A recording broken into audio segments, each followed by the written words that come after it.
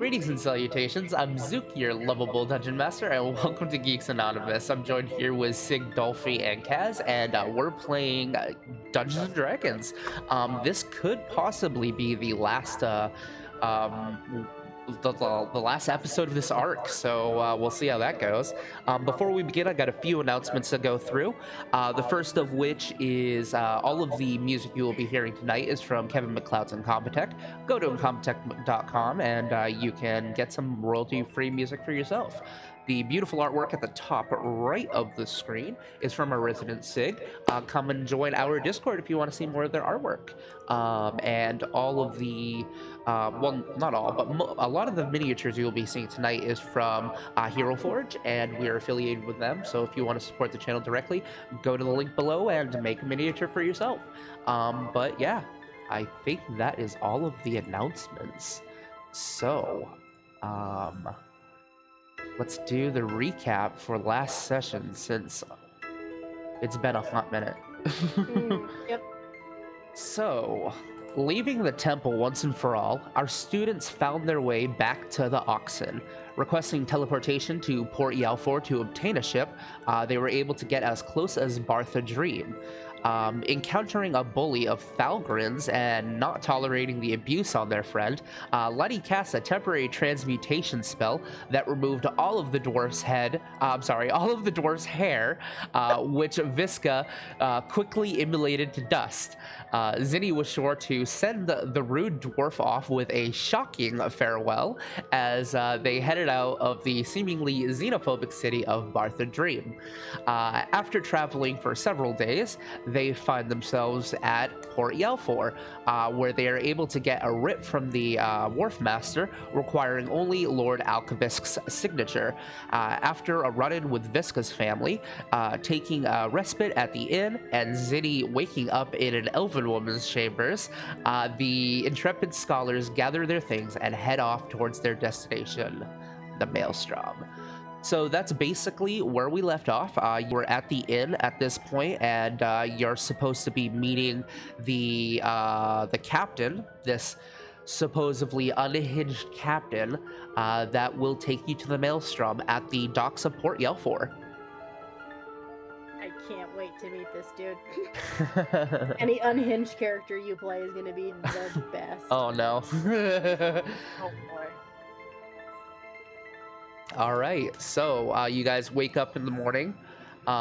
You say your goodbyes to companions you may or may not have gotten the names of. And I probably didn't ask. Right. And do you guys head to the docks? Yeah. All right. Let's switch the music.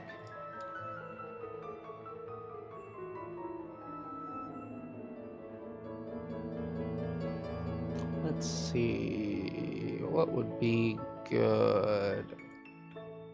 Sure. All right, so sneaky. So as the four of you head down to the docks, you see the wharf master from before, who kind of gives you a wave, and next to him you see what looks like a tall man who is wearing a tricorn hat. He's human.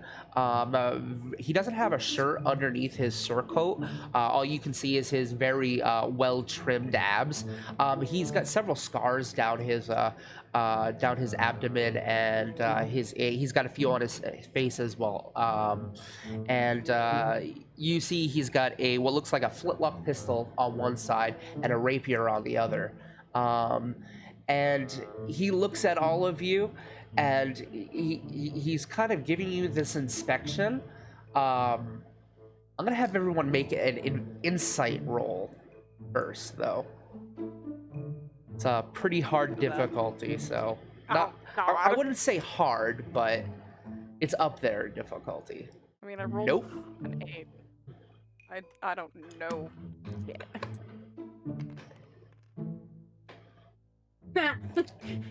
Nope. These are good rolls You get to start re-roll with. that. Yes, you do. Oh, that's right, I Halfling do. luck. Yes. Still no. Still not very good. That's a whole 8.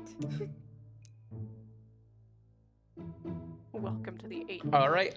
So I was gonna make it a DC 15, but what I'm going to do instead is have him roll to see if he can kind of hide his emotions. What is the highest roll? I think it was an 8. The highest modified roll is 8. Yep. Yeah. See, it's all right. Yeah, you don't get much of a read off of this guy. It could just be that he's kind of a hardened sort of criminal of some sort, and he looks a little bit unhinged when he sees you, when he sees all of you, and he kind of like gives you this almost recognizing look, but then quickly just looks at the wharf master. So this guy, these the guys. Yeah. All right. Meet Farreach, and you see Farreach kind of tips his hat. Greetings. Hi. Hello. So, you're the 4 idiots wanting to head to the Maelstrom, huh? Yep. Why? Why not? Fair enough. Get in. Okay. Under the boat. On the boat we go. That was way easier than it should have been. Considering I remember when I made a roll last game that I know that he uses the Maelstrom to literally slingshot himself to make Yeah. his trips shorter. Yeah. I don't think it was going to take much.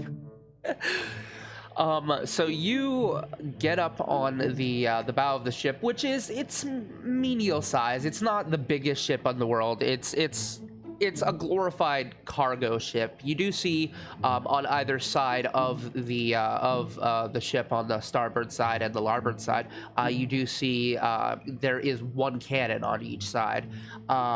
So it's not. It's equipped just in case, but it's not like it's obviously not going to participate in a siege. Wait a minute. The starboard side and the what side? Larboard. Board. It's also known as port. Port. Okay. Yeah. I was gonna say, what the hell is that? Left and right. Yeah. Of the ship. Sorry, Final Fantasy 14. No, Larboard I know, port is I know left. what I know what port is. Yeah. I have Okay. no idea what the hell that other one was. Yeah, larboard is what it used to be Archaic. called. Yeah. The reason we know that is because there's a boss fight in Final Fantasy that you have Oh, to it's know not it. even that. I just know fucking ships. I don't. The reason I know that is Final Fantasy. That's fair. But yeah, as you guys get on the ship, you see there's a medial crew. I'm gonna have everyone make an intelligence check. Oh god. Wait. Just a flat one or is it like Just yes, just a flat intelligence check. Okay. God, I'm rolling like ass today. 11. Nice. Oh man, we're all Okay. rolling like ass Yep. That today. is a whole 10. This is fantastic. This is great for me. I love Oh, this. no. Ah, shit. Oh. There's one of us who isn't dumb. So That's modified 23. that's a You modified see- 33 because you get to add 10 to a 20 Yeah, that's fair. because we don't do auto crits. With a 33, you see you're looking about and there's an air of familiarity to this crew. You don't recognize any of them per se, but then one comes out of the captain's cabin, and it is a gnome with no shirt on, very rugged, carved up all over his chest, and at his side he has 2 crystal daggers, and you recognize him immediately as the gnome who dragged the captain out of the tomb that you guys were in.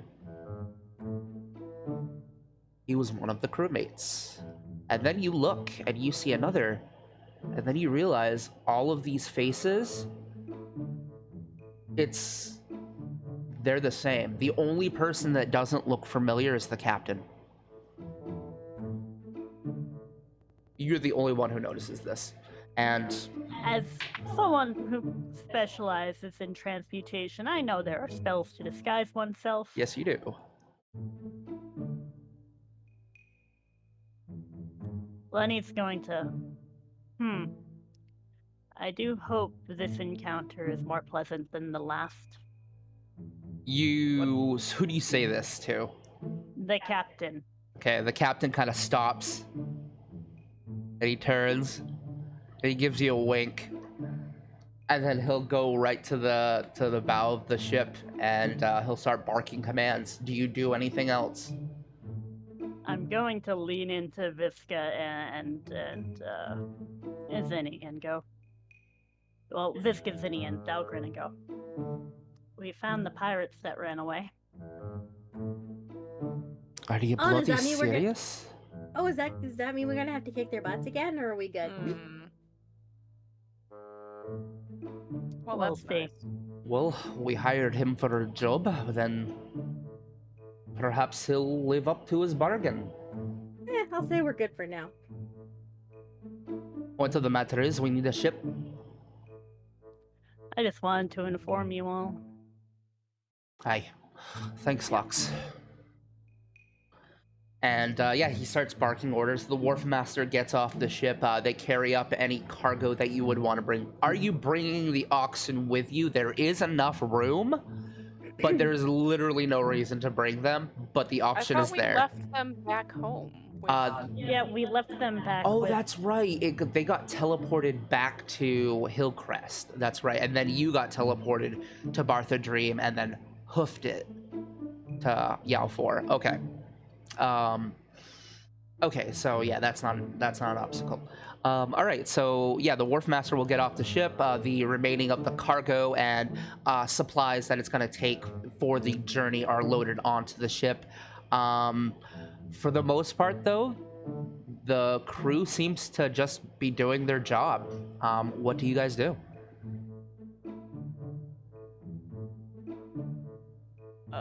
I guess we're gonna chill. Okay. No one's gonna talk to anyone or the captain or anything like that, or are we just gonna bide time and wait to set sail? Just gonna bide time. Okay. At least I'm that's gonna what wait. I'm gonna do. Okay.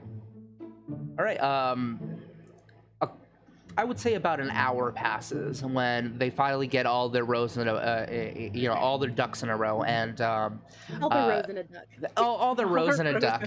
duck. And they finally set sail, and you guys continue towards the ocean blue, and you keep heading into the water and you can look over your shoulder and you can see the shoreline just getting smaller and smaller and smaller. I know at least 3 of us have been to the ocean before. Sig, have you ever been to the ocean? Yeah. Okay. Have you been on the open sea where you can't see anything but water? No. It's So an cool. intimidating thing. It is fascinating and scary at the same time, but you see no land at all as the wind kind of kicks up and the sails. He calls for full sails as they drop and the ship begins sailing on. It is going to be a total of 3 days to travel. Is there anything you want to do specifically in 3 days? If not, it is going to be a boring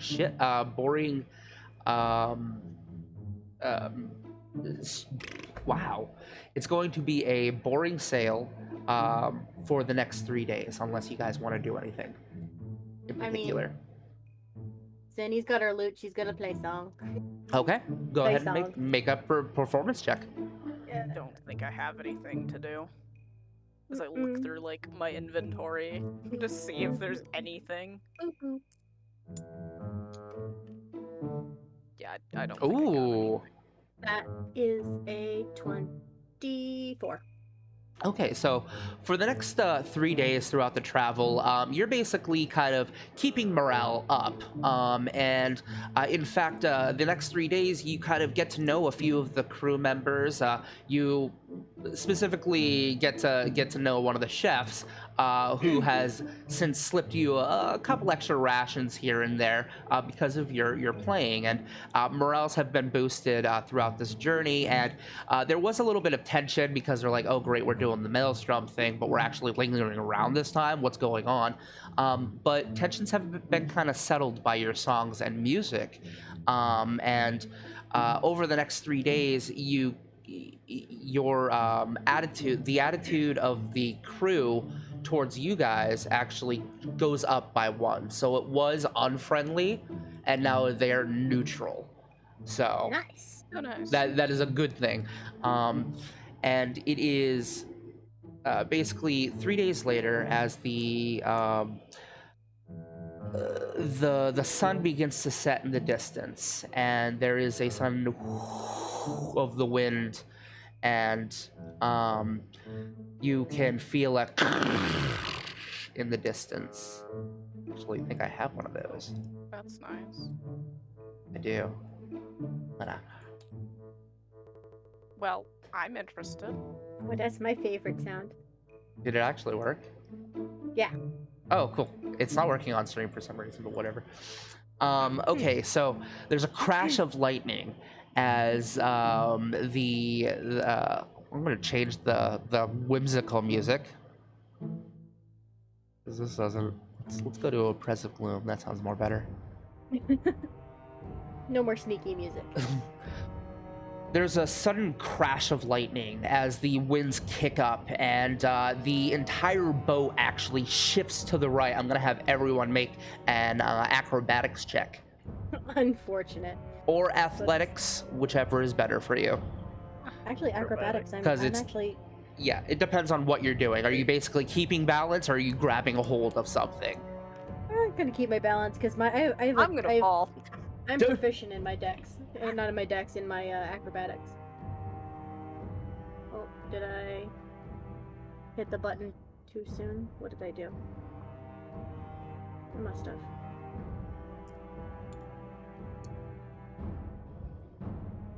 You were also gonna fall. Oh no! Oh no, we're gonna Oh fall. no!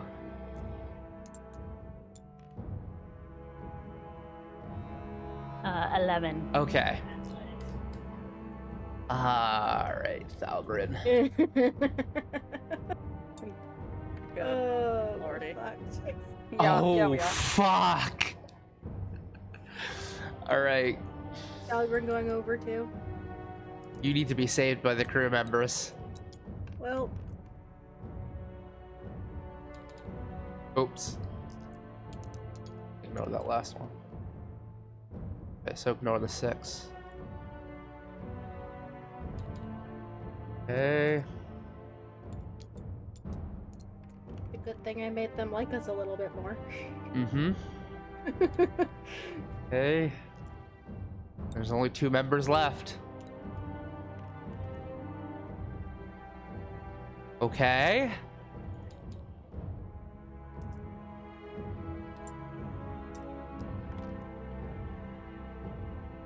Okay. I'm gonna have everyone make a luck check for me. So roll a percentile. 1 at a time. So start with Sig. I have a thing for our- that. I feel like I do. It is at the it's at the dice roller. It's above. Oh, no. okay. I mean, I think I have a thing for luck. Oh. Or is that just mine? I think that's just your halfling luck.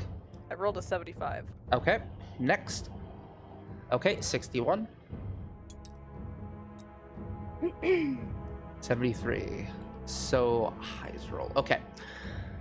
So basically the whole thing rocks to the side, and you see several of the crewmates are actually shifting, and they look like they've done this before, as they pull out daggers and they jab into the deck, and they basically hold themselves in place.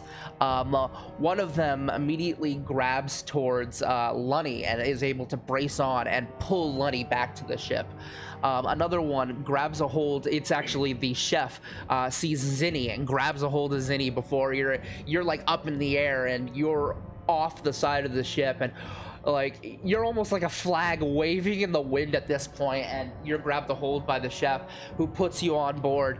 And looks like Thalgrin is saved by another person by the back of the scruff, and then Thalgrin is about to grab a hold of you, Sig, but then right past, and splash, man overboard. What do you guys do? I can't swim for shit. No, but you guys got magic, so what do you guys do? I am looking to see if I got anything on me. Wait. I cast Fly on Visca. Okay, what's the range of that? Oh, never mind. It's touch. Oh, it's touch. Okay. I have the coiling grass tattoo currently attuned. Can I just fucking yoink myself? Make an Arcana check. Okay. I'm good at those. I would hope so. You go to a wizard school. That is... I don't know what 17 plus 7 is right Okay. now. 24. That's a 24, So man. you basically are reaching at Thalgrin, and Thalgrin's like, you actually feel the brushing of your fingertips as you're just sent off into the wind, and you just quickly grab a hold of your sleeve and you roll it up, and then whoosh, you basically, the whole tattoo that's coiled around your arm lifts off the skin, and you see it coil out and strikes forward and grabs a hold of Thalgrin around and basically jabs into his arm. You hear a "Ah!" from Thalgrin. Go ahead and roll damage. Oh god. I don't know the damage type or... yeah. Should be on the character sheet. Is it? The coiling grass. Does it do damage, or does it just grapple? Let me find it again. My brain is lost. Because you auto hit because he's not going to resist.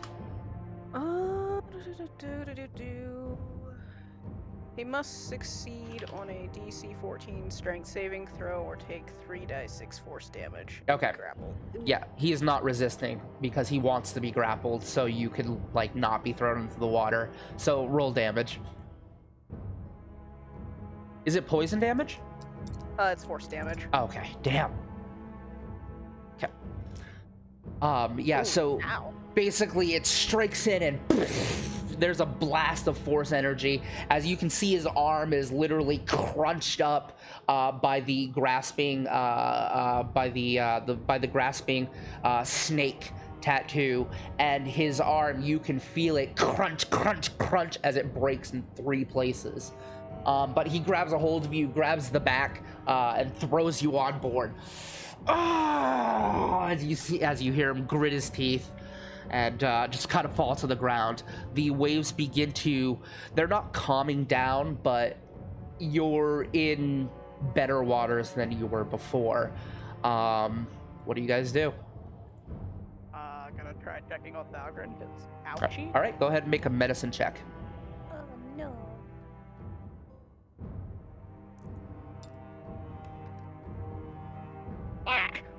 I can't do shit, son. What's the modified on that? That's a 0 modification. 0 modification.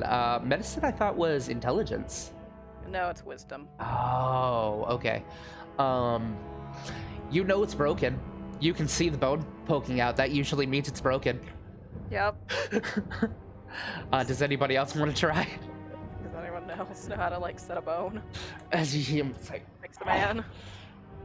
as you see City him just can heal, right? Zinni can heal. However, Zinni's also been warned about healing in front of people. Fair enough. Fair enough. So that is up to Zinni. Do healing potions fix broken bones? I can do a medicine check to at least try to set. Sure. Go ahead and make an Arcana check, Sig, to answer that question. Okay. Rolling like ass. dice do not like us today. Is it at all possible for me to, since a lot of my healing spells are touch-based, Mm-hmm. would it be at all possible for me to, like, act like I'm doing regular medicine stuff? And What are the components of the spell? It should like What is- have SMV for components. When you look at the specific spell, I believe it'd be Cure Wounds if you're looking at touch. So it'd be. Yeah. Is there? Verbal and somatic. Well, what is it? Verbal and somatic. So verbal Yeah. and somatic means there's got to be a hand gesture of some sort, and there has to be a verbal component of some sort. I'm sorry, somatic is a hand gesture, right? And verbal. So yeah, you have to say something and you have to wiggle your hands around somehow, which you can do, but that's going to require a deception check and a sleight of hand check. I mean, Zinni does what? Don't you have proficiencies in at least one of those? In what? Because of the background? Meanwhile, while you're figuring this out, Zinni, basically, Falcon grabs a hold of Lunny's arm, and Lunny basically braces the arm, and you see Falcon pulls out like a stick, and bites down on it, and you hear as he just pulls back, and you hear snap, snap, snap as it all pops back into place.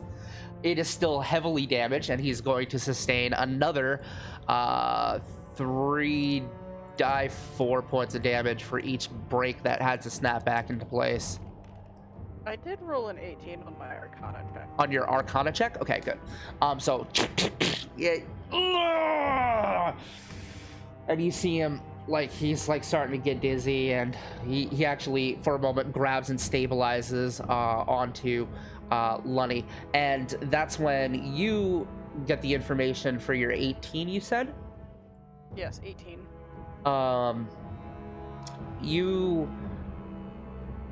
The healing potion will work, but the bones need to be in place, because if you drink a potion, it's going to basically just heal over.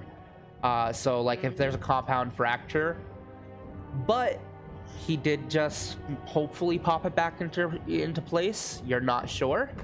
The roll was an 11, so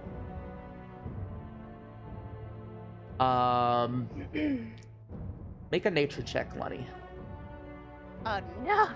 Wait, am I good at those? I'm somewhat good at those. Can I use my inspiration? Yes.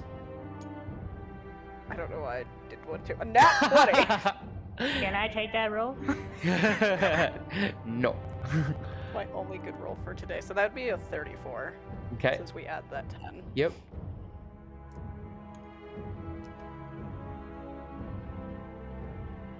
Nature, that would be a 14. 14. Okay, so what was the natural 24? To see if his arm was okay, like, if it was So that'd be if it was set. That'd be another medicine check. So we'll say that you got a natural 20 on the medicine check. As you're running your finger, you do feel a lump, but you're able to kind of snap it back into place real quick, and you adjust it. You hear kind of another. I'm starting to get numb. As there's this moment of calm, and you see Lunny grabs a hold of the underside of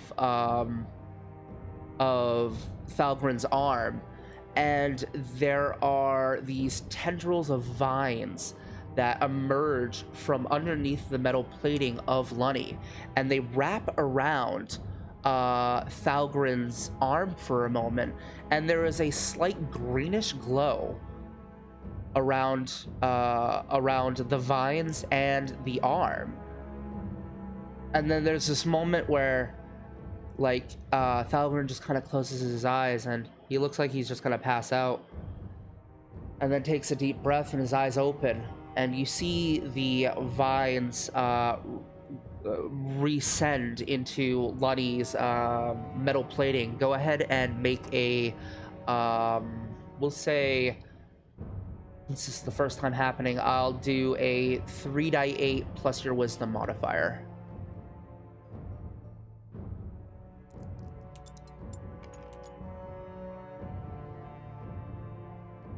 Okay.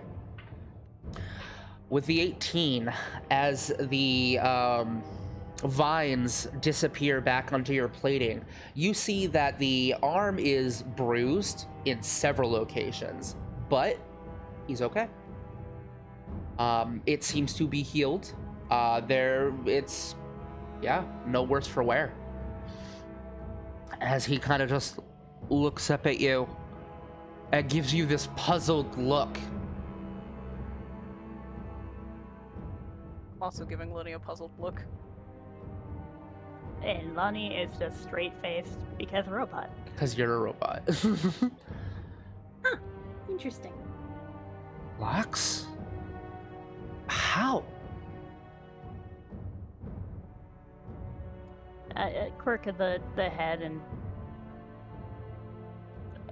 I kind of shrug. Same as me. I'm not one to argue. Lassa, are you alright? Kind of looks at you, Visca. Yes, I'm sorry for breaking your arm.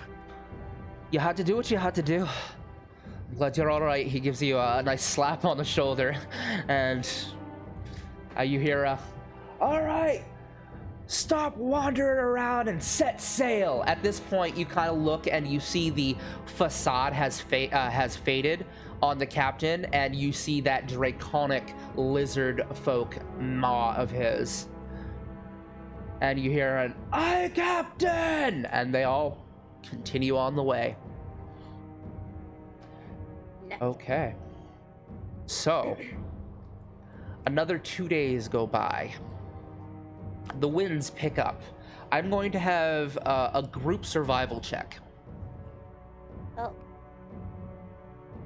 So what are we doing? Are we each rolling and whoever's Yes. highest? Well, no, it's going to be a group. It's going to be the average of your rolls. I'm just trying to think if one of you might have advantage. Visca, do you think that you would have been on,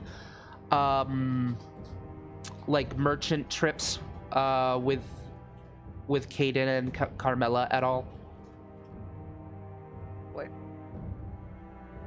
Like if they were to travel to talk when you were younger, would you have gone with them on a boat? Probably a couple trips, yeah. Okay, I'm gonna give you the advantage. You've got your sea legs, they don't.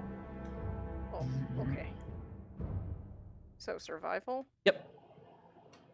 Just roll twice. Yep. Here we go. Don't be a butt, don't be a butt, don't be a butt. Okay. 15. All right, next. Ba-doop-boop.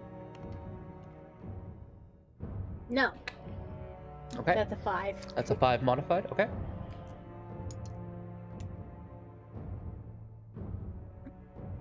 7. Okay. We're just gonna die. We really are just gonna I'm die. not even gonna make it to the Maelstrom. We're just Algrid? gonna drown on the way there. Is afraid of water. Is afraid no. of sailing, I mean. Okay, so he gets the 5. And then we get the captain. Has the advantage.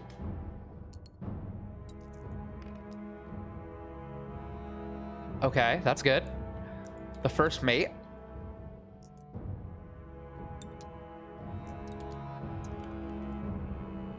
Okay, that's good. And the crew.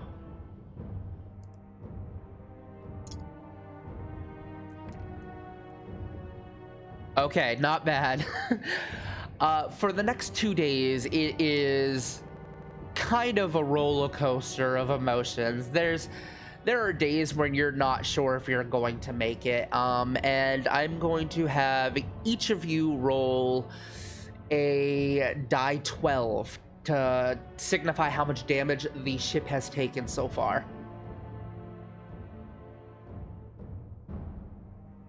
Don't know. Is it this one? Yeah, it's the octagon.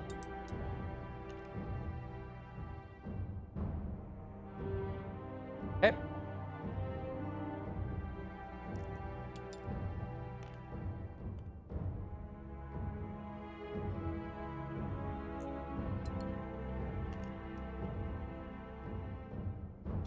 All right, so that would be a total of 16 points of damage.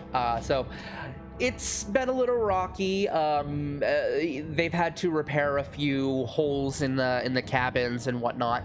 But you get to the Oh, well, point that's not bad. where you hear Maelstrom ahead, and I'm gonna have everyone make a perception check. I don't think I'm very good at those either. Same. Yeah, I have a +0 modifier to perception. God damn it. All of the things that we need today, I get a for the +1. most part, has been- We're using all the wisdom shit, and like none of us are good at that.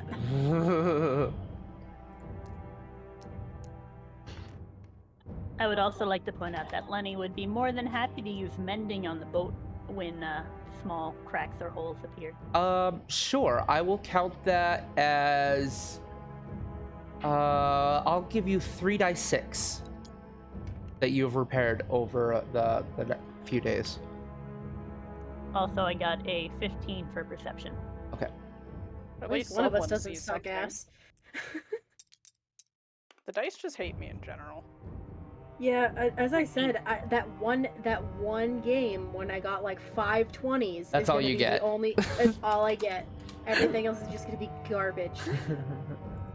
Okay, and That 120 I got for that medicine check was the only good roll I'm gonna have for the night. I can tell you that. I'm just not gonna have any good ones because I used all my luck like 3 episodes ago. I don't even have luck. I'm just cursed. My luck only extends to that I can't roll once. okay. That's true, but that's a character trait. It won't stop you from rolling above that. There's a crash of lightning again as the sky darkens above. You hear Thalgren's the one who called out Maelstrom from above. He's in the crow's nest.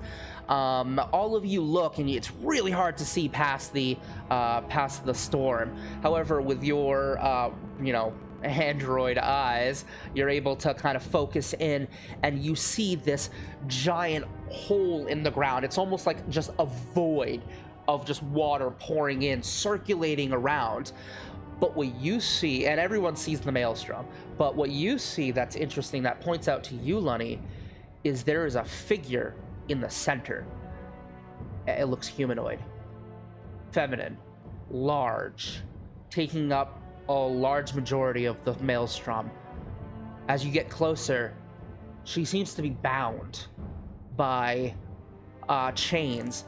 2 of them are floating rocks that are just giant floating rocks in the air that seem to be spinning, and the other 2 chains go into the water below, and she's just standing there, this large alabaster-skinned woman in what kind of almost looks like a toga over, and embellished with like gold jewelry and whatnot. Of course, as you get closer and closer, you see that this woman is fucking huge. She's probably, for an RL comparison, twice the size of the Statue of Liberty. Oh, jeez. And that's as you get close, you have the chance to tell people ahead of time if you would like. Lonnie's going to ask the captain, what is that? That's Kalista! That's the mother of storm giants! He's like trying to fight through the sound of the wind beating against you as it's kind of toppling the ships back and forth, as I will load the map.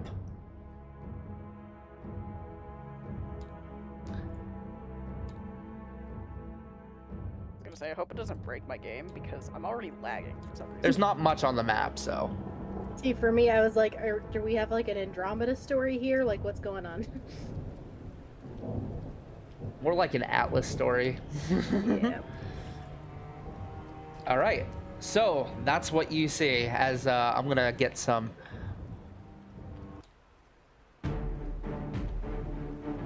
As you see the eyes of the storm giant opens.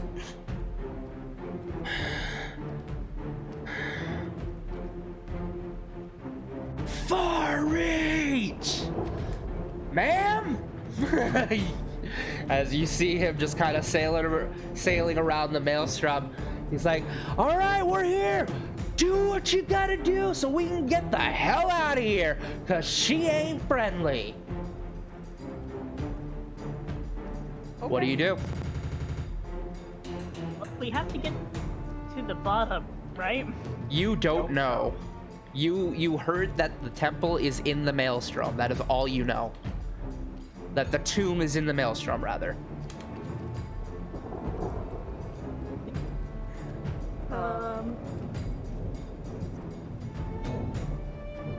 I mean, Zinni's normal approach probably won't work here, so. Do what your character would do. I mean, she is a big lady. She is a big lady. However, Zinni's initial response She's got is an to 18 go, charisma. "Hi!" Well, if that's your initial response, is that what you do? Sure, why not? Let's see what it does. You see, like, she looks around for a moment, and she's looking, and she squints her eyes and focuses on you. What do you want from me? My name is Zinni, and we're here because we have to find a sword thing, and apparently it's in a tomb that's in the Maelstrom, and you're in the Maelstrom, so I figured I'd ask if you know where it is. Make a persuasion check at the disadvantage. Oh my god. Oh my god.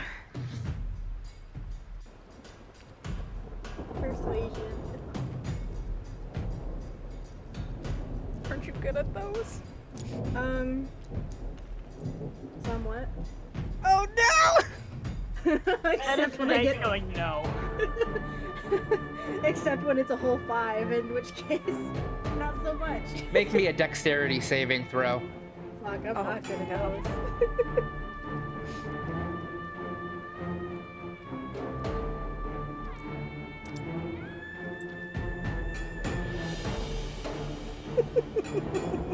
Cool. There's no modifier to that.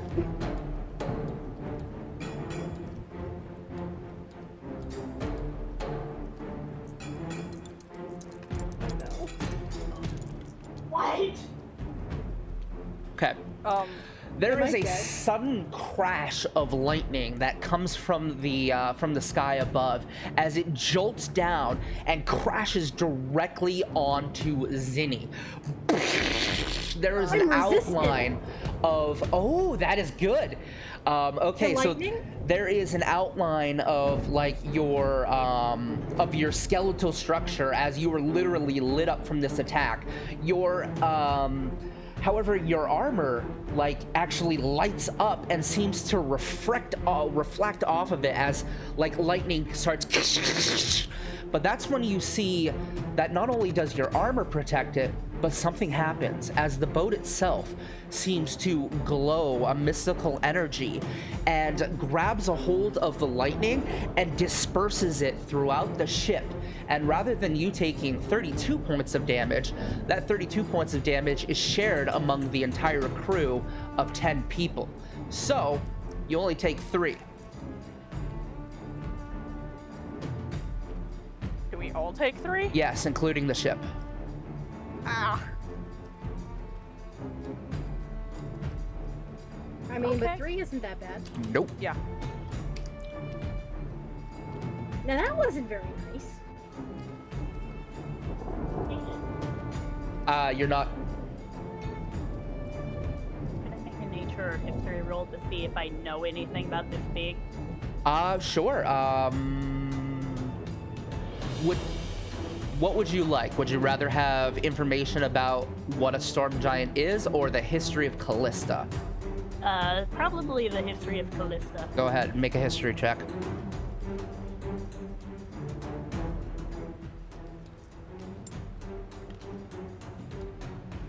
God damn it. Nope. Anybody else want to make one? Sure. Why not? Sure. I'm good at history. Same. That's a modified 20. Remember, Zinni, that you have the advantage because you did spend time reading your knots. Alright, I'm gonna ignore that and just do 2 more. Sure. Just to make my life easier. We'll I take wish the I had 11. Yeah. So what's the modified on that? That's an 18. An 18. What was your modified, Sig? Yours was a modified 20, you said? A modified 20? Let me double check. History. Oh, modified 19. Modified 19. Okay, so you both get the same information. Kalista, which you've done a little bit of research on the Maelstrom before you jumped out there. Kalista is actually the mother of storm giants. Is supposedly the first.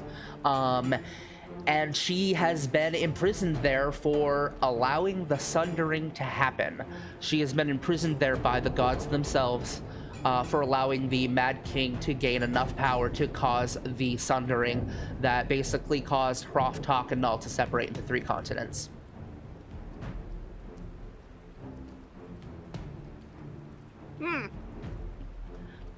All right. So that was Zinni's turn. What does anybody else want to do? We're gonna have everyone roll initiative, actually, so we can get into initiative right now.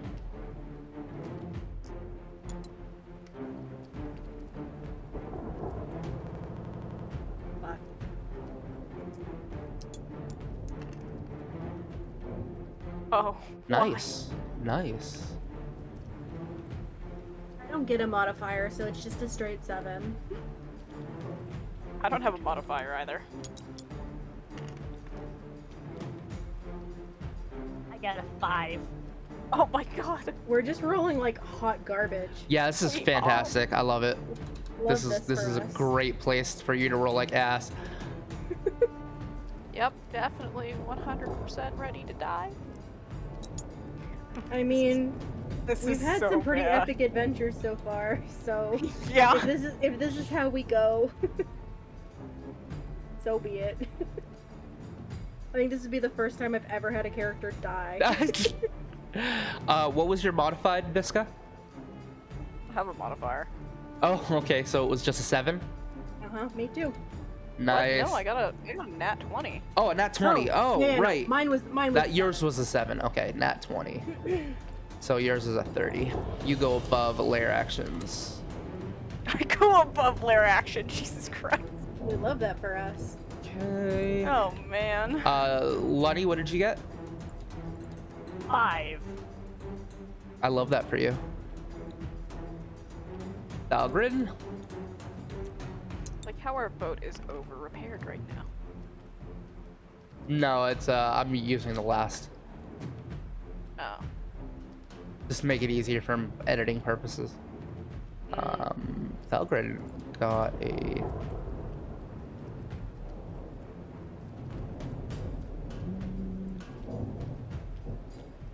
Okay. And the crew, who is now neutral. But they're still gonna save themselves before they save your ass. I mean, that's fair. Yeah. I do the same. I'm actually no, that's a flat out lie. Zinni would probably try and save them before she tried to save herself. That is the curse of a neutral good character. Yep. All right, Visca, it is your turn. You are basically going around the Maelstrom. So I'm not gonna bother moving the ship every turn. It's basically gonna be the same thing from every angle. He's basically keeping a course around the Maelstrom. He's gonna have to. The captain is going to have to make stabilization checks, or the ship is going to take severe damage. Okay, so yeah, what do you do? What do you do? There's an angry lady. There is an angry lady. I tried. You really did. Luckily, she already used her legendary action. Thank God.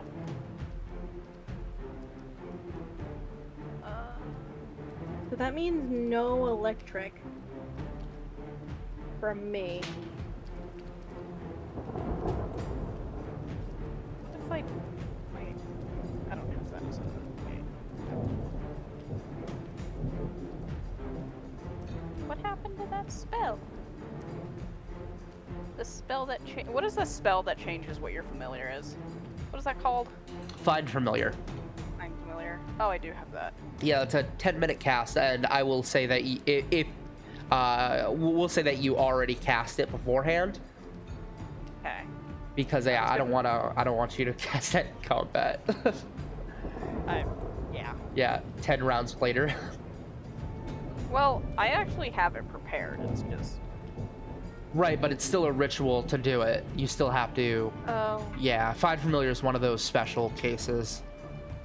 But we'll say that you've already shapeshifted into, like, I'm assuming an aquatic form, or what did you want to shapeshift it into? Into an aquatic form. Sure. Yeah, we'll say you did that yesterday. Okay.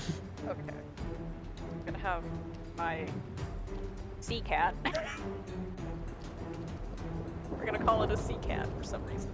Sure. I'm gonna try having him like go underwater and see if he can't find that temple while we're all distracted as fuck. Okay, so basically, as you see, you basically conjure up Find Familiar.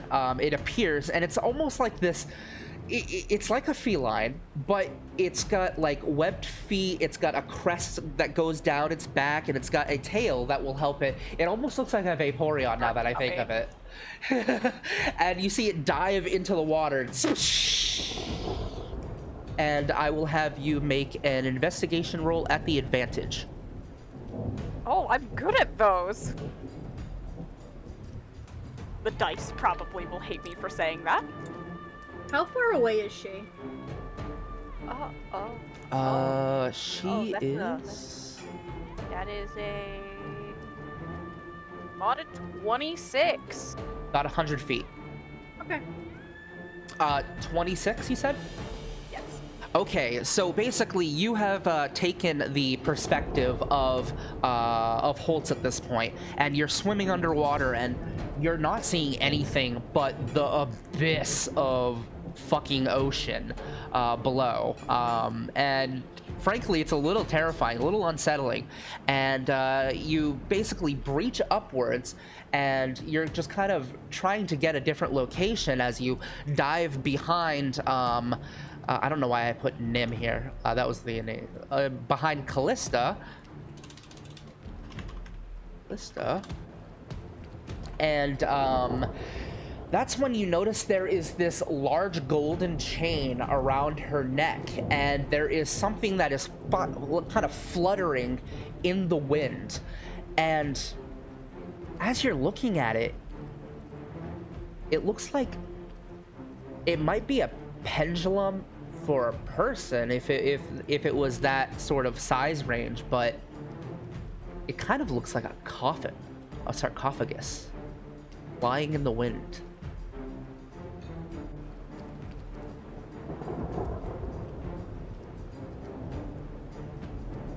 What do you do? It is around her neck. She basically has a sarcophagus necklace that is flapping in the storm.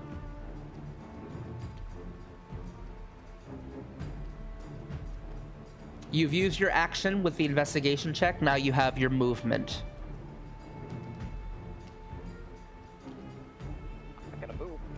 I'm not gonna move. Okay. Do you relay that information as a free action? Yes. Okay. Yes, I definitely will. All right. So that would make it. Lair action. All right, everyone, make a dexterity saving throw. Oh, no. I'm not good at those.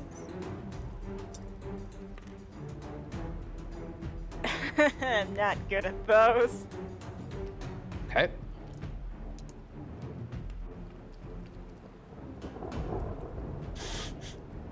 This is going great. Oh my goodness. Heaven. You have a negative to your dex? I do. Jesus. I think I have a negative to my strength, don't worry. I do too. Who was that? I think that was Thalgrin. I don't like that sound. Okay. I don't like that sound. So you're bashed by the waves of this maelstrom, and that's when you get the sense that the maelstrom itself reached out to attack the ship. And the ship actually sustains the full 12 damage from that. And you all take an additional 1 point of damage, as that damage is also distributed to you guys. Ow. All right, that is the lair action. It is now Thalgrin's turn. Thalgrin, what you got up your sleeve, buddy?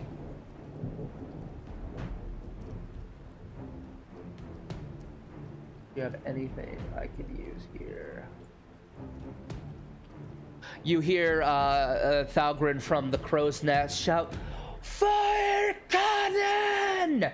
And you see the captain is immediately going to nod at the cannoneer, who is going to launch one of the cannons, and it blasts forwards. And that's when you see Thalgrin will concentrate on the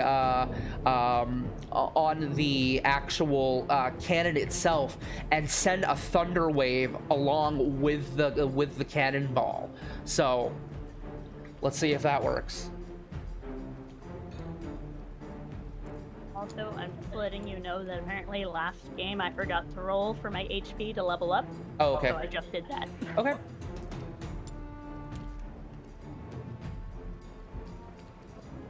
Unfortunately, you see the cannon goes wide and there's a displacement of air around, as you see it actually hits towards where the sarcophagus is, and it spins around and slams in front of her chest.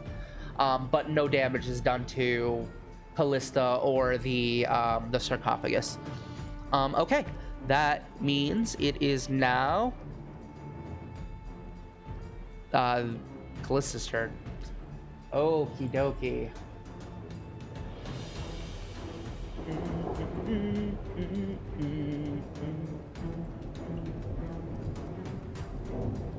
Okay. You see Kalista will basically take, she's chained to that rock, and you see her grab a hold of it, and there's a moment where she thinks of she focuses on the chain itself as it lights up in this like bluish energy, and the rock that is suspended in air suddenly loses its suspension, and she wields it like a fucking flail and slams it into the ship. And that is going to be a plus 14 to attack. Oh yeah, she hits. And that is... Or die 12.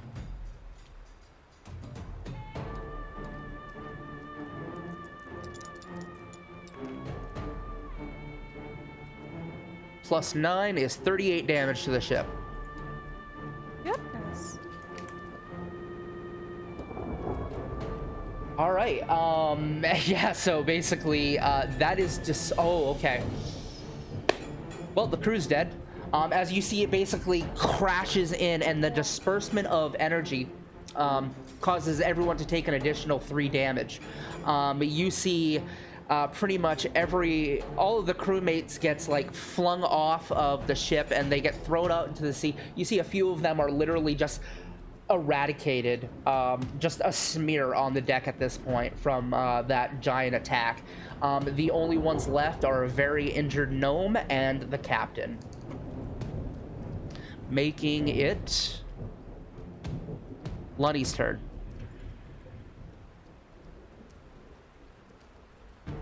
I feel like we might be in over our head, guys. No shit.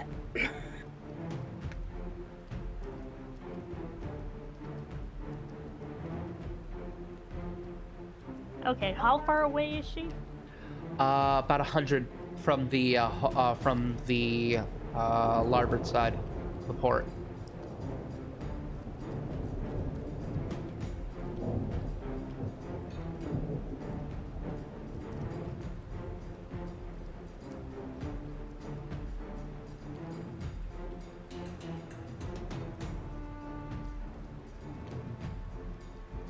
So,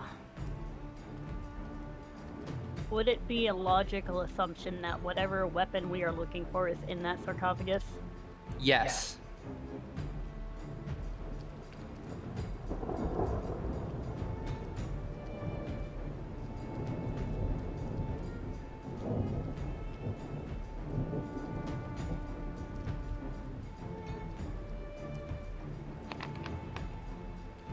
Sorry, I'm just trying to... Nope, no problem. You guys have an 18 intelligence. You have time to think about this. Well, I don't. So, Well, what's your intelligence? 16. Oh, well, still, you have a 16 intelligence. It's 160 IQ. Oh, my character is smart, but I'm a dumbass. And that is why I'm letting you think about what you're going to do, because you can think a lot quicker. Well, your character can think a lot quicker. If that's how it was, it's just like Visca has a 190 Yes. fucking IQ, and Yes. I'm a dumbass. Yeah, and that's why you get time to think about it, but Visca only technically has 6 seconds.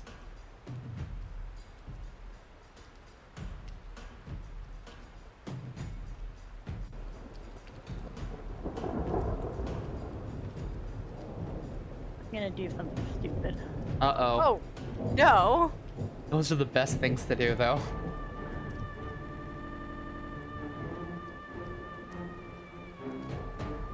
Well, I'm gonna cast Fly on myself. Okay. Oh. And then I'm going to move...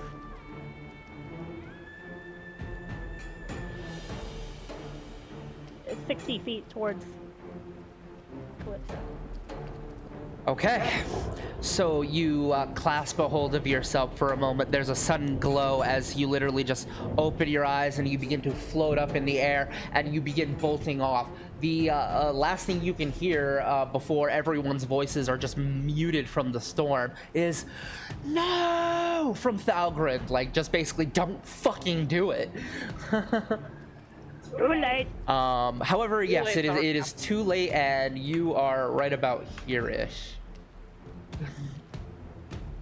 The minis are locked in, so I'm just gonna keep that as it's gonna take you another turn to get there. Okay, so that's Lonnie's turn. Nice.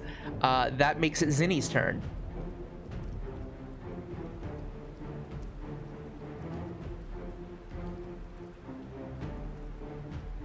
Question, Yes. because if I'm remembering correctly, at some point in the past, or this could have been an entirely different game, and I'm just making shit up. Is it easier to hit giant things? It was in 3.5 edition. That is factored into their AC now. Okay. So technically, yes. Okay.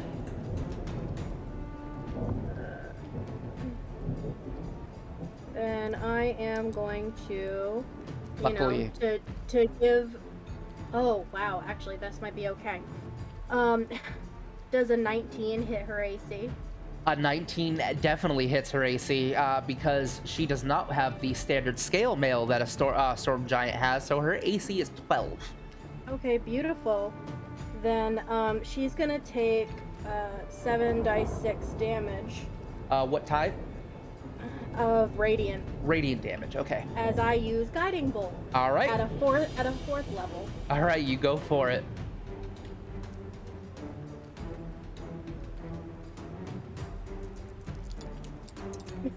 Every square is 5, right? 5 feet. Yes. Okay. All right.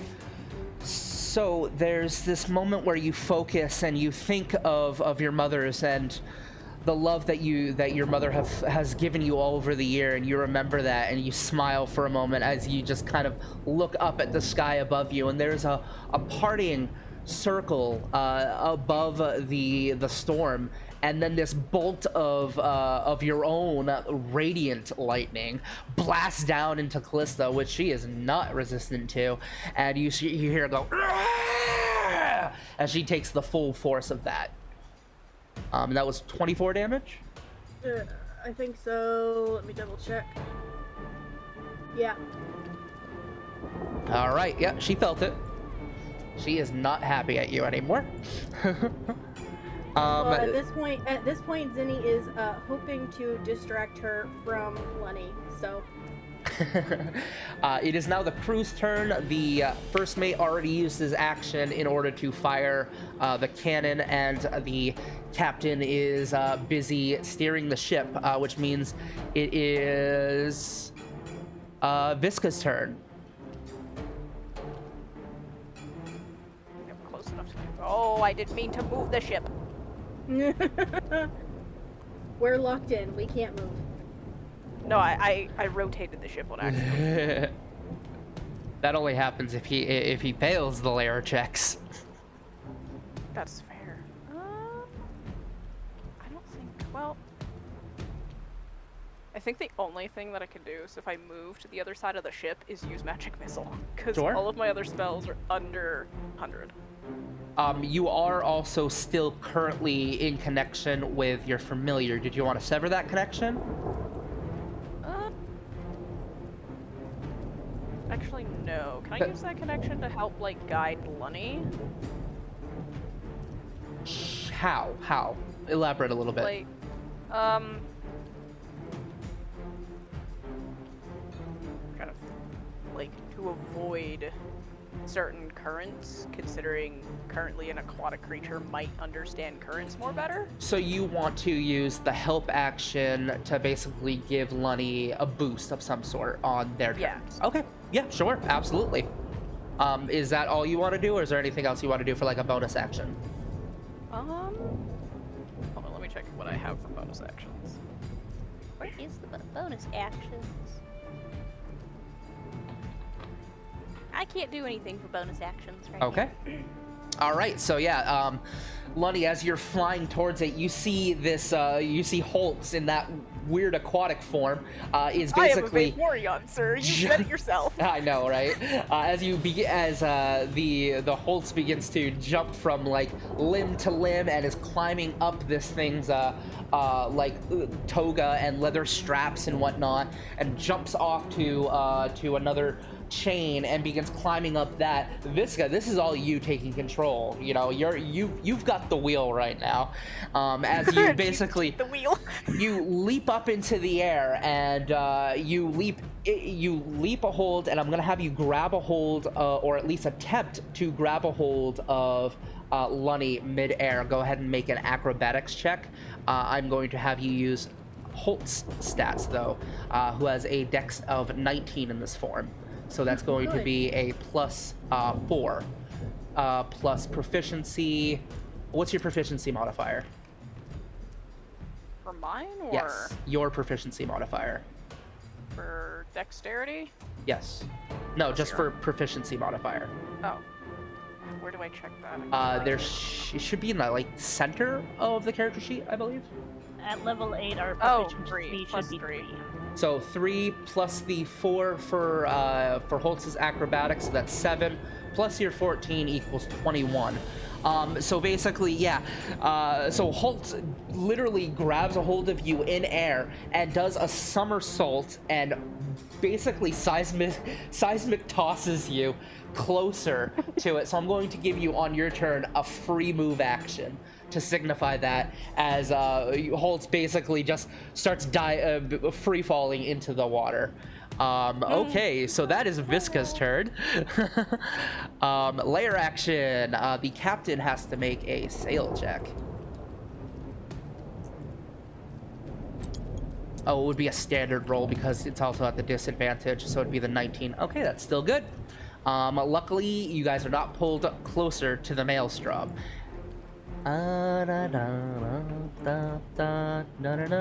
Everyone make a dexterity saving throw. I'm bad at those. Do I have to? You're all at the advantage, not you. Yeah, you don't, you're in the air. Wait, we're at the advantage? You're all at the advantage because the captain succeeded the sail check. Okay. Okay, I'll roll again. I'll do 2 different rolls. 16! Okay.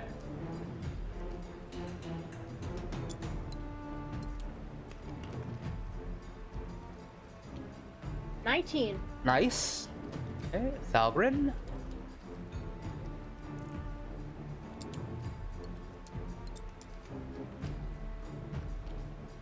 Wow. Nice.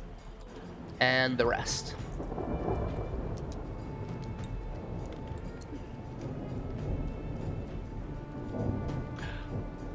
Okay, the captain is able to stabilize the ship in time, but then you see there is this stray wave out of nowhere that smacks into the captain and knocks him unconscious for a turn.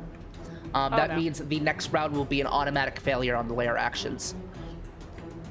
Okay, which means it is Thalgren's turn.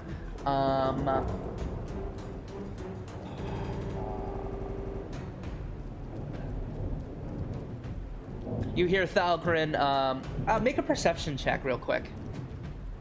Who? I pointed at Kaz, sorry. Oh, okay. I was just like, I'm so confused. 12. Okay, you don't hear anything, but you see Thalgren takes out this little object and flicks it forward. Wait, shit, hang on. That might not have enough range.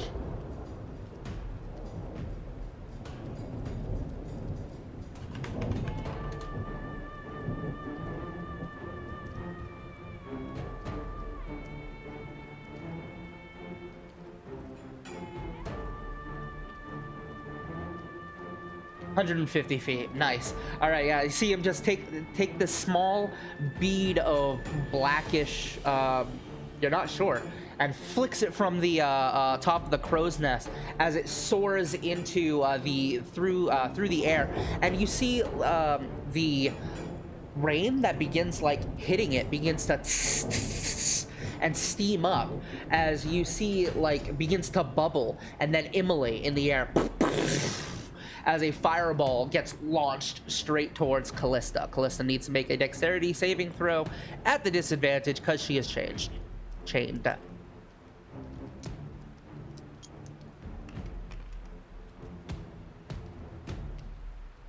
Oh, that might be a failure. Hang on. Kalista, Storm Giant, +2 dex, that would be a modified 14. Thalgren, what is your DC? Save DC is 13. Aww. So she basically brings up her arm and pulls taut the one of the chains that she has and braces herself to the attack, and she's going to take half damage from this fireball instead.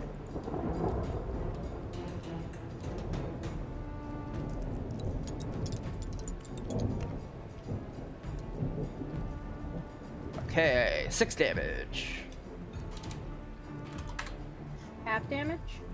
Yeah, it's that's 9. 6 damage. Yeah. Oh, jeez, my dyslexia. Wow.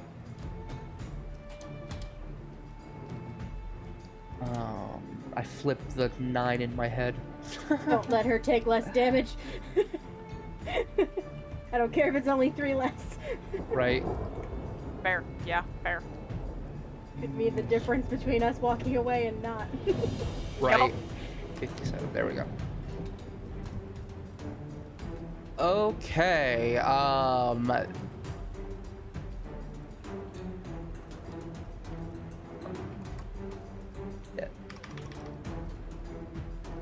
There we go.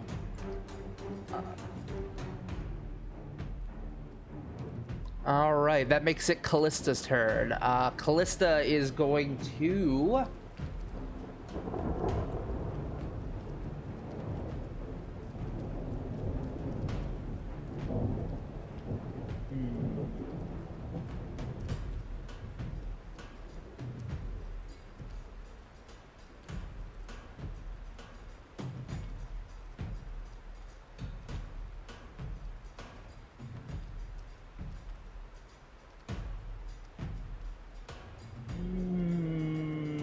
Kalista is going to take a multi-attack and take 2 attacks against the hull of the ship with her rocks.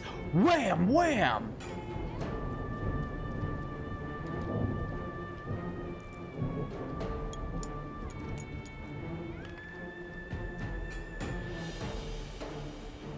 both hit.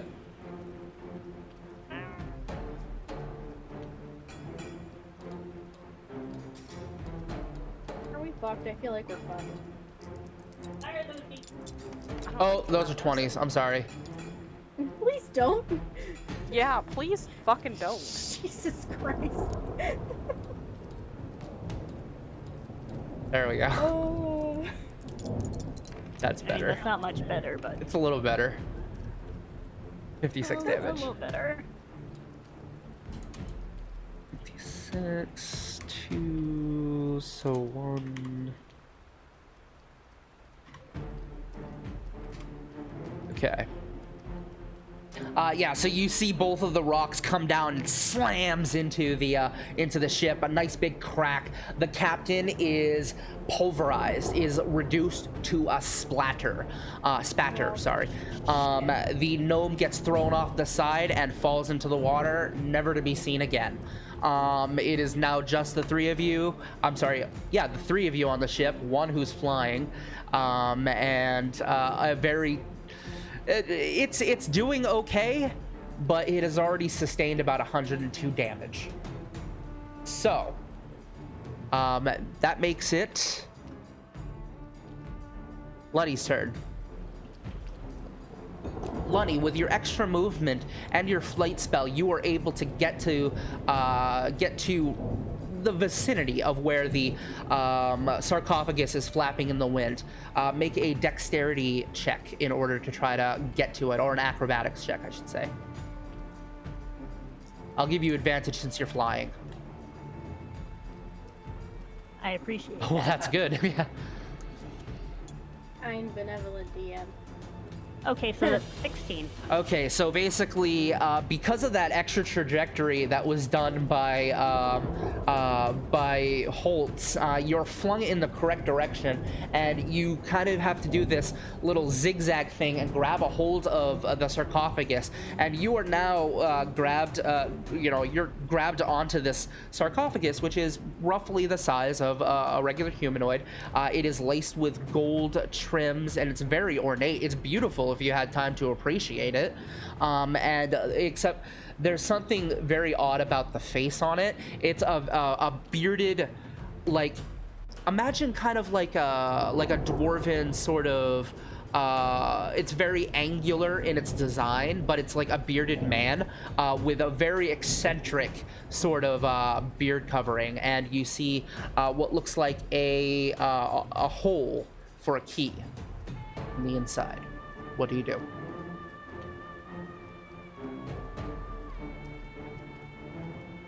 Did we retrieve the key from the fucking tomb? You received a key from that too. One that wasn't specifically for Brutus's cage? No, that is the only key that you got from Brutus's cage.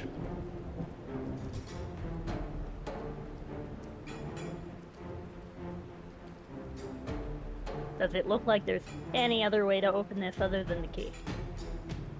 Make an investigation check.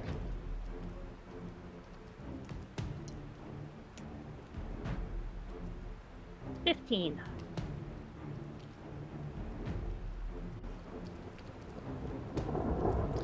With a 15, it looks like there is a back door of sorts, like a mechanism underneath that might be a fail-safe for whoever designed it. If you knew somebody who could actually pick locks or disable devices or do something mechanical like that. Are you proficient with Tinker tools? I am indeed. Go ahead and make a Tinker tools check. So that's just my proficiency bonus, Yeah, right? you get your proficiency bonus plus your dexterity modifier.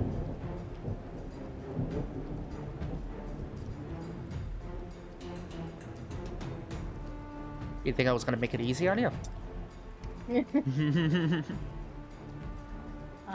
13. So you take out your Tinker's tools and you begin going to work, and it is a lot more complex than it should be. You're looking at this panel, and you see these gears that are shifting in different locations, and you can actually see the gears will go away and then curve around and realign themselves in a different pattern to make it deliberately harder for people trying to come in the back way. That's what she said. You make no progress this turn. Do you do anything with your move action or bonus action? You've already used up half of your move.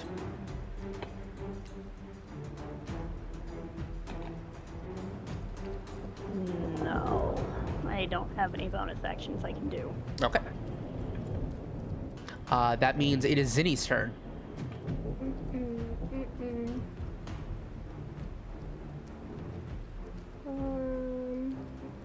Let's go with what worked so far. That's a hit. All right. And once again, gonna do. You know what? I'm gonna save my second, fourth level and cast it at third, and do 6 die 6. instead of Okay. 7.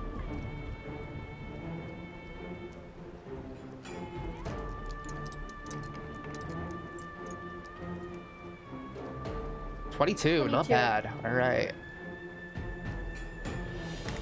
So as the opening in the sky once again blasts that bolt of energy, and it strikes into Kalista, she lets out another cry of pain as that happens. And as you're kind of flying around with the sarcophagus in your arms, Lenny, I'm gonna have you make another acrobatics check.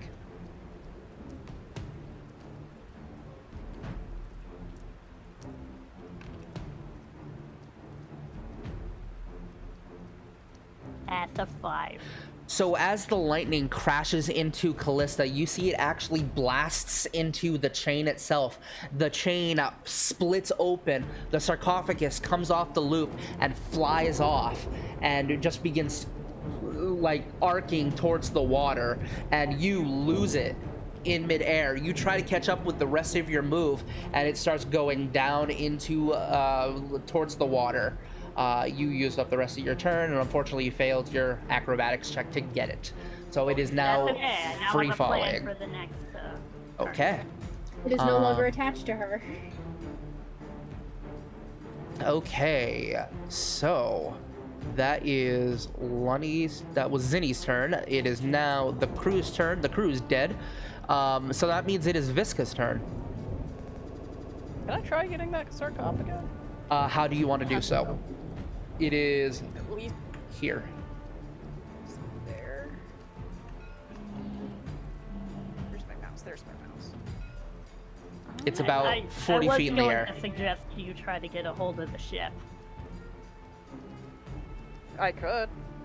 because without the captain, we have no one else sailing this fucking thing. Oh, that is true. You guys are gonna True. automatically fail the sail check if no one's at the helm. I guess I'll go to the helm. I'm the one with some boat experience. All right, go ahead and we'll give you a survival check. You do not get the advantage on this one because you're actually sailing the damn thing.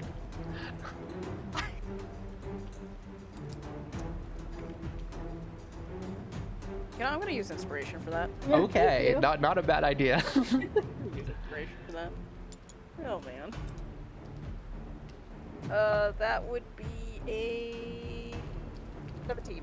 That is enough. As you grab a hold, you see the wheel is just in a freaking free fall, just a spin, and you grab a hold of it and you yank it the other way, and the whole thing jerks for a moment, but you're able to stabilize it. Zinni and Thalgren both have to make acrobatics checks.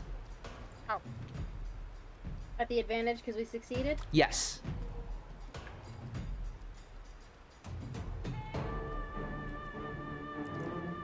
What's that? Are you gonna roll? Yeah, it was. Okay. That's a straight 15.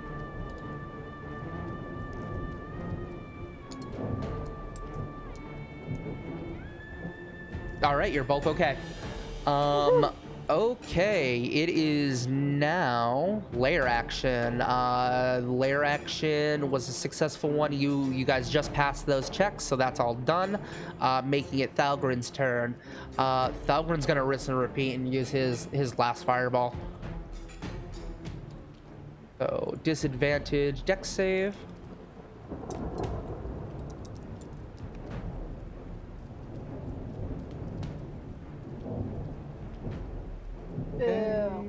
So that'd be 15. Yeah, unfortunately that's a success.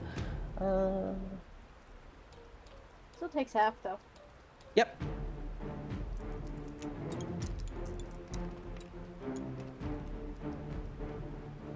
Nice. That is 15, 17 for 94 damage that Kalista has taken so far. As you see another explosion blast into her chest, at which point it is, you know what? Thalgrin is going to use a bonus action to take out a feather and then concentrates on the falling sarcophagus and cast Featherfall as it begins to slowly descend towards the water. Okay, so that makes it her turn.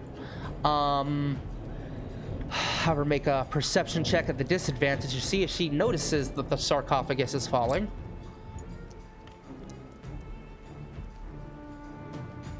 She does not, and she is going to take another double swing at the ship.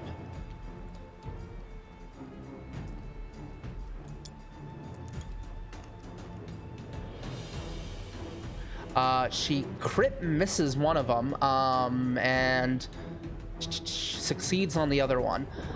So the first one, basically, she tries to yank it again, but is unable to do so, because that was the same arm that she was bracing herself against Thalgrin's blast from the fireball, and her arm got a little bit wrapped in the chains, so she was not able to do anything with that.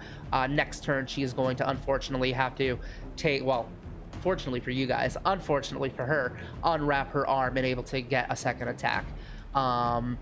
So that makes it now Lunny's turn.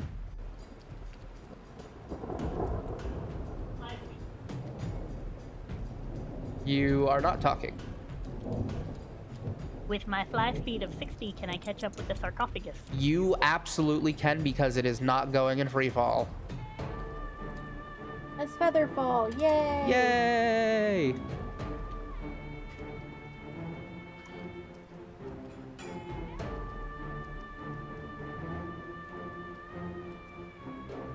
All right, so you catch up to the sarcophagus. You grab a hold of it again, and you get under it as it's like slowly creeping towards the ocean. The ocean surface, and you can have another attempt at your tinker check if you would like.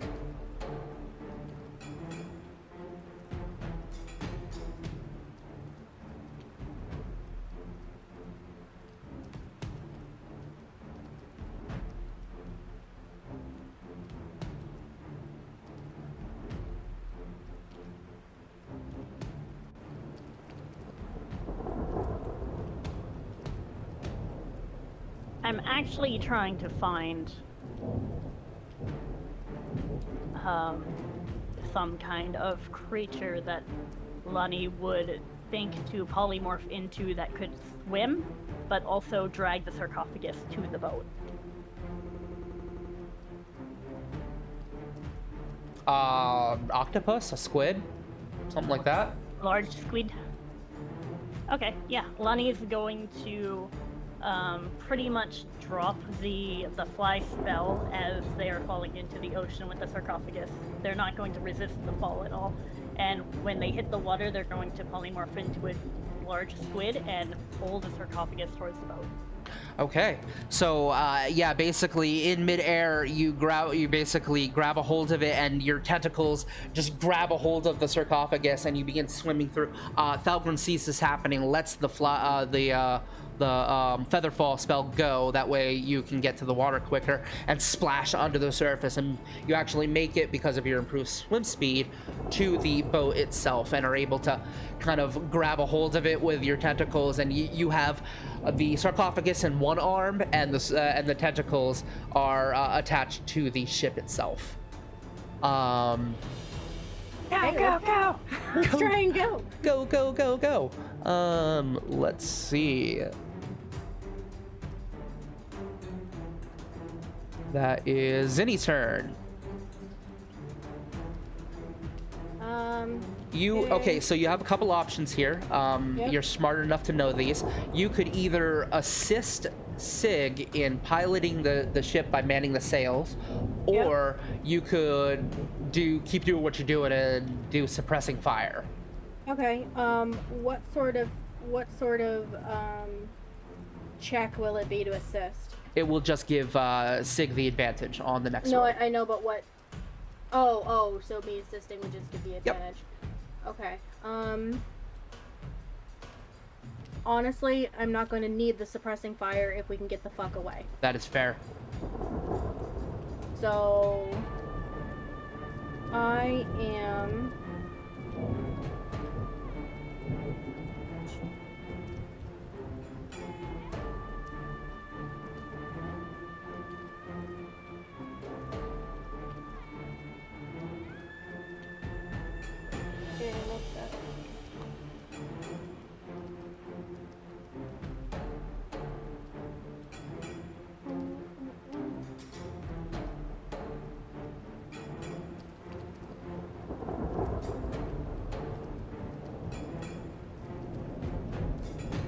How far away are Thalgren, Sig, and... Thalgren is about 100 feet up in the crow's nest. You can get to Visca in one turn. Okay. What about Lunny? Lunny is attached to the side of the ship. I know, but in terms of feet. You could get there within one turn. What I'm doing doesn't need to be touched. So. So in terms of feet, there's probably a tentacle within, I would say, about 20 feet of you. Okay.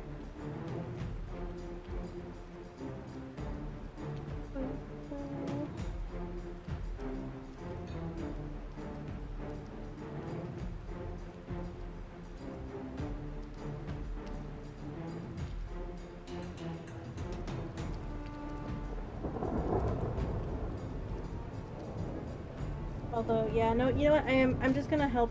I'm gonna assist Visca Okay. because we need to get away. Okie doke. So that would be Zinni's turn. Crew's dead. Visca, it is your turn. Go ahead and make a survival check at the advantage.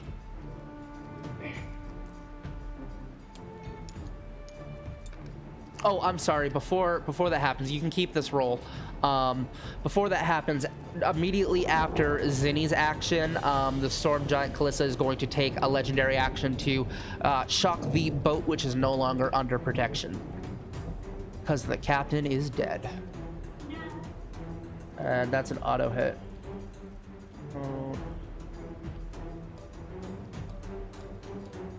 Oh, wrong dice. Ignore this roll. I was gonna do 8 die 12, not 12 die 8.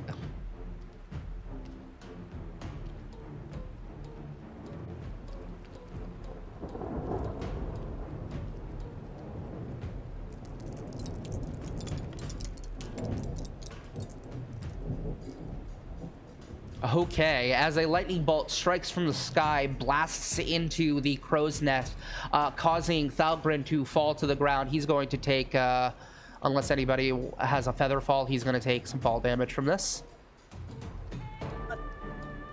What'd you say? Do not.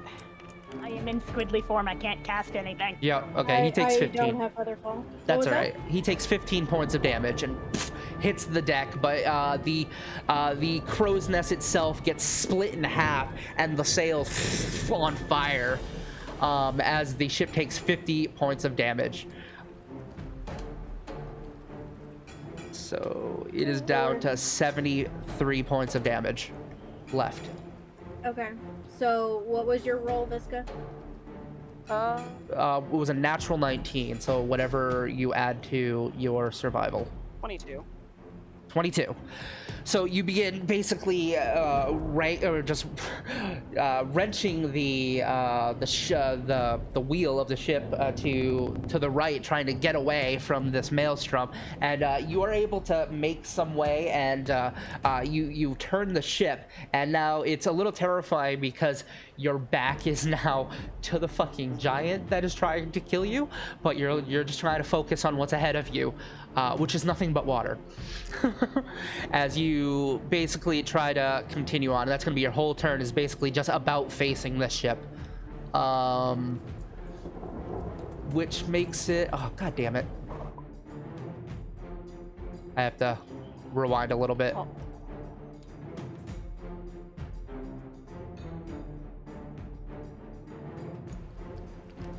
Give me a sec.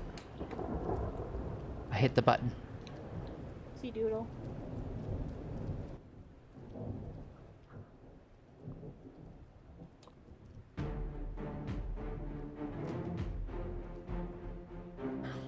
Okay.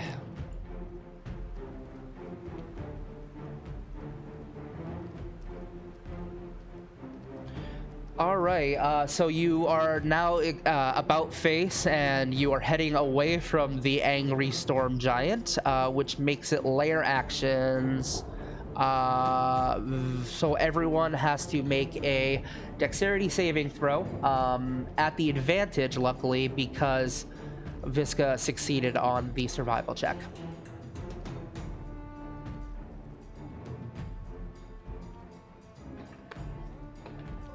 Wait, do I have to do that? No, you don't. Like how one of the dice just went somewhere else. Yes.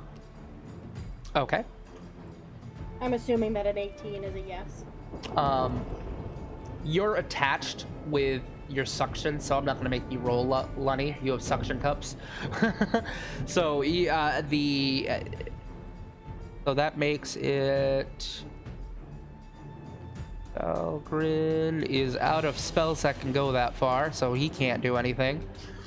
Kalista's going to use another legendary action because it's a new turn and zap the boat again. Oop, wrong die.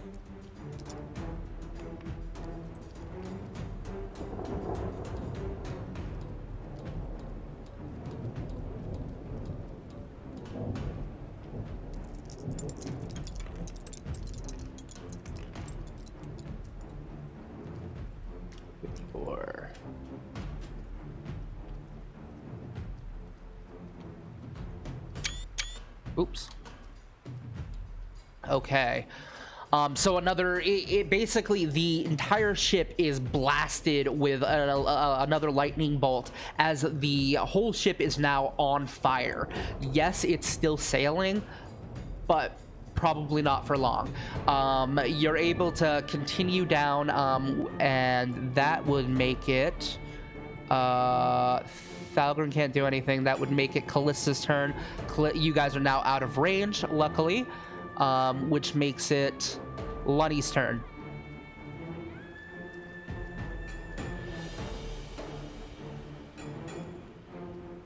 Actually, on Kalista's turn, she begins casting... She will cast a spell as the clouds ahead get darker and worse than they were before. You guys can roll an Arcana check to see if you can identify what she just did. Might as well.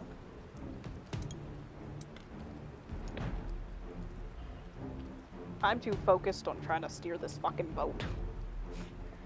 That would be an 8, but still. No. No. Unless a 10 does it, but no, I doubt it. 21? 21. She just cast an 8th level spell called Control Weather. Bitch. All right. So that means it is now Lunny's turn.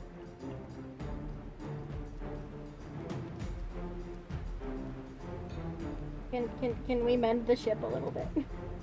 Is that a thing? Mending is not going to do anything. It takes a minute to cast mending, and it only like heals a foot in diameter. We just need to get the fuck away, don't we? Is that it? Is that it? Do we just need to get the fuck away? You guys need to do what your characters would do. I mean, it's probably better that we are away than staying here, so... Yeah. I might have an idea. But I have to So, wait. how does the rowboat look? The rowboat is intact.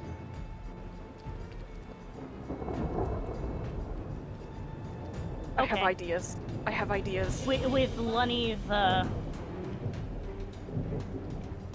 tentacles, Lunny is going to, reach out and grab. Is anyone within grabbing range, like Vinny or All of Valgren? them. You have enough tentacles you can do it this turn too, if you want.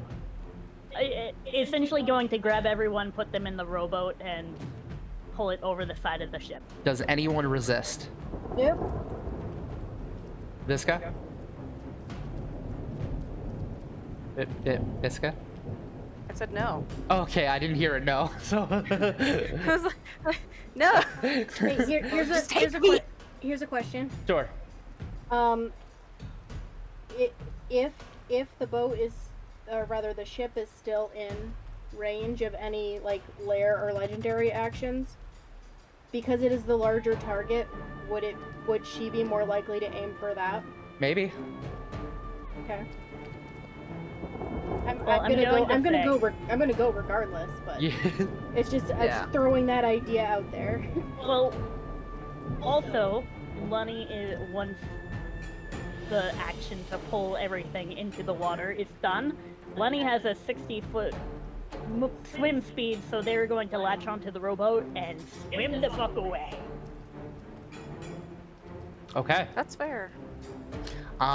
So basically you were all grabbed by tentacles as you, wow, I've seen enough hentai to know where this is going. That's exactly where my brain went. You lifted up Sick. into the air, and then there's a moment where you just go underwater and disappear into the water. And for a full turn, all of you are submerged in the water. You have the boat, which is obviously resisting you, moving you to half speed, but it seems like you don't see anything coming towards you in the water, but then you hear a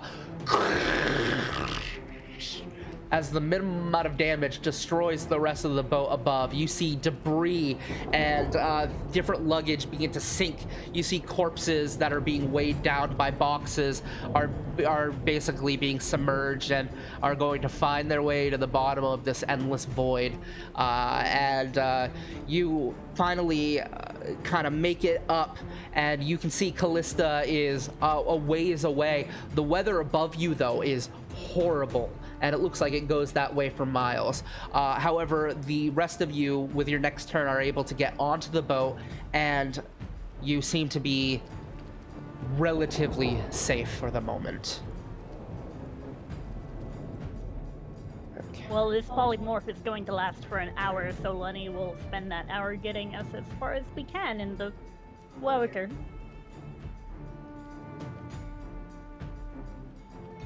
Yeah.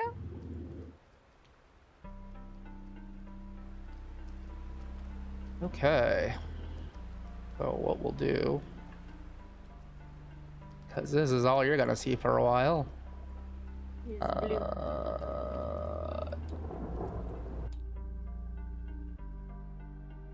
The four of you, now that the polymorph has worn off, it's been about 3 hours, and you're just in this, what are they called, dinghies, I think? Yeah, Yeah. you're in this dinghy, which does have a spear attached to the front of it, luckily. And you're just kind of rowing, hopefully in the right direction. Make a survival check. Whoever's rowing, I don't know.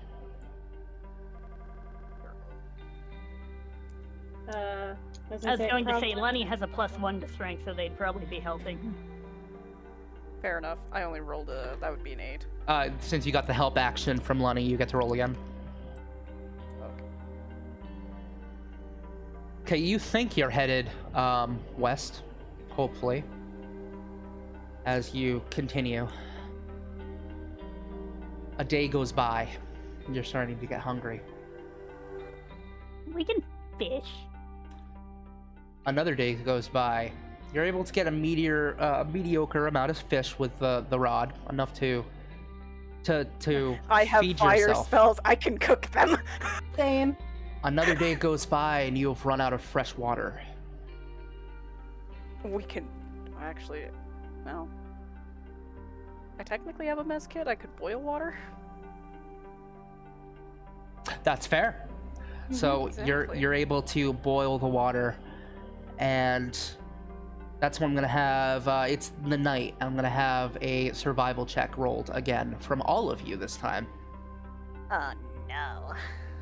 because one of you might get it. I would also like to point out that we still have the sending stone, You so do? I would like to reach out and let someone know that our ship went down, but we're okay. We're just on a dinghy. Oh.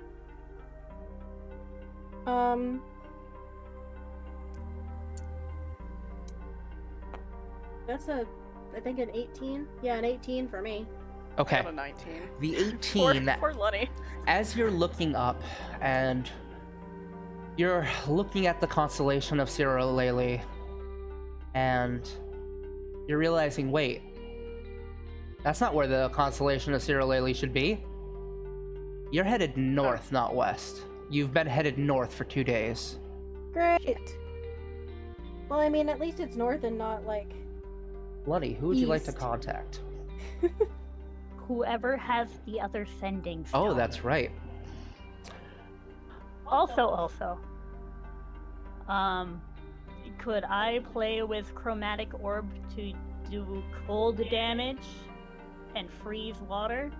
And then therefore it would be fresh water because salt water doesn't freeze? Yes. Okay. Yeah, so a combination of that and boiling water, you're able to have a substantial amount. And with the fishing, you're basically able to survive. You're just now adrift. So as you chime in and focus on the sending stone, I am going to leave it up to a luck check. So whoever wants to make a luck check for me. That's a percentile, right? Yes.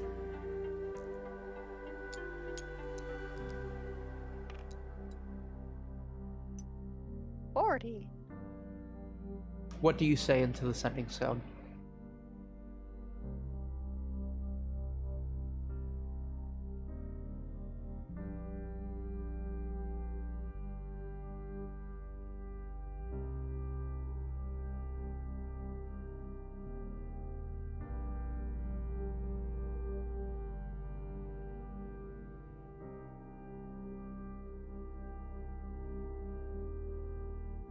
You're not talking. Press to talk. Stocks. Mm. Hired ship went down. Students are all right. On a dinghy, retrieved a sarcophagus. We tried opening it. I was gonna say I would try during the next few days if we're. What material? You is it made focus on the sending stone. It lights up. It sends the message. There is no response. You want to try to open? Okay, go ahead and Well, make a. of? No, I want to know what material the sarcophagus is made out of. It is made out of several materials. There are wooden inlays. Looks like it's made out of dark iron, which is a natural forming wood that is as tough as iron. It also is inlaid with gold and orichalcum. There are silver and mithril inlays. The sarcophagus itself is probably a priceless artifact. I'm gonna try ruining this priceless artifact with some Well- dust of corrosion I still have. Well, I was gonna suggest Balgrin might be most proficient among all of us to try to pick the damn thing. Fair enough. rather than me just trying to burn a hole into it. Okay, so with the assistance, and remember, this is a big sarcophagus in the middle of a dinghy, so this is very difficult to maneuver around. So I'm going to have whoever has the 2 highest athletics checks. Not me. So I have a Thalbrin, -2 to athletics. Thanks, Thalbrin y'all. will roll at the advantage. Because he's being helped by you. By all of you. Come on. Oh, natural 20. So yeah, no problem at all. He's able to pivot it up and do that kind of walkie thing as he turns it around and lays it on his back. There's a splash as it kind of adjusts to the new water displacement as he kind of looks at it, and that's when you think of the dust of corrosion. And he's looking at it and goes, "Did you mention it to him?" Yes. I would definitely Let me see that. And he begins to head to work. He's going to take out some a mixture of tinker tools, lock picking set, and the dust of corrosion and try to pick this damn thing.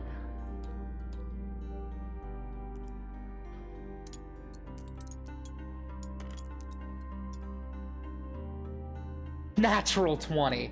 As you see him, basically he goes in and there's this like one plate that's like in the way. He takes the dust of corrosion, sprinkles it on top of it. As you see, it corrodes and melts away, and then you see him pop up one of the revolving gears and gets in, and there's a latch that, as you see, the whole casket springs open and is about to fall off the side of the ship. Make dexterity saving throws to try to catch what's inside the sarcophagus or the sarcophagus itself. All of us, or just Whoever wants to catch whatever they want. There are 3 total things that are going to be falling out of this sarcophagus, or 3 things that can be attempted to be grabbed onto: the sarcophagus, the corpse, and whatever's inside, whatever the corpse was holding onto. Jesus Christ. I mean, worst case scenario, Lenny becomes another giant squid and just goes retrieves it. what does a 14 get me? Okay, what was the oh, Kaz? I Okay. rolled a 6 if we're going dexterity.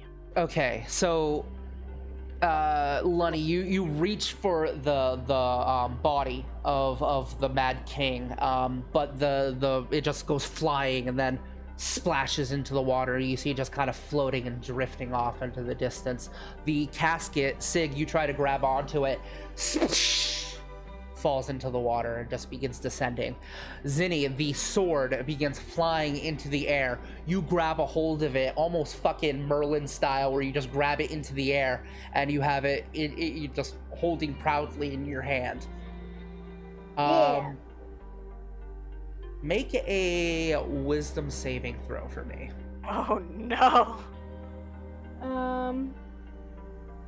It's always nice. Boop, boop, boop, boop, boop, boop, boop, boop. Where are we? Lenny's like going to look over the edge of the dinghy and point down and go, should I go retrieve that? I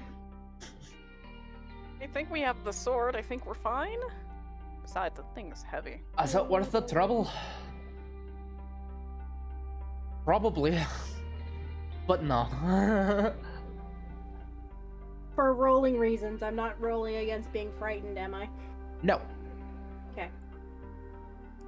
I have advantage on those, is why. Okay. Ooh. That's a wisdom? Yes. So 19? You feel a presence come over the blade, and it reaches out like it wants to maybe not take control, that wouldn't be a good word, but it wants to almost merge with you in a symbiotic way, but you're able to kind of fight it back and claim your own independence from whatever will this thing is projecting onto you. I'm going to have somebody roll a die 10 and re-roll if you get a 10. Whoever wants to roll it can roll it. I will.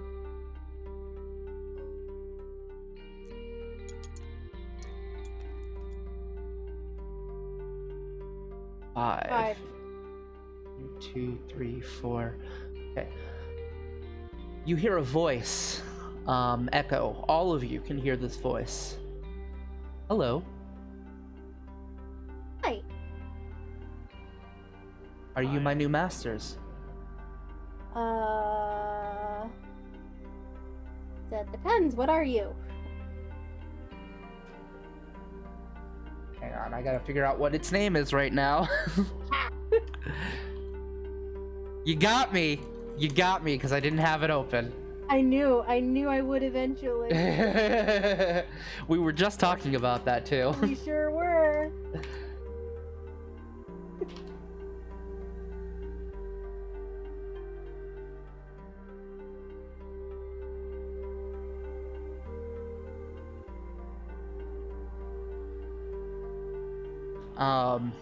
You hear it reply as it's a soft tone as you hear the blade speak.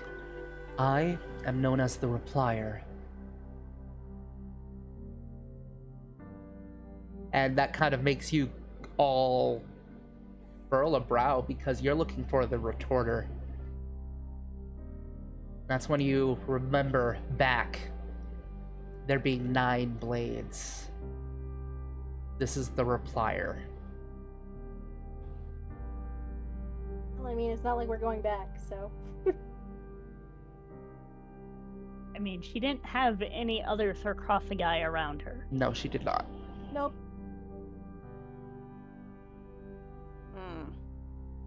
So, did anybody answer the question, are you my new master? I said that depends. Okay. It And depends then I on got my what? answer. It depends on on what it is. Oh, yeah.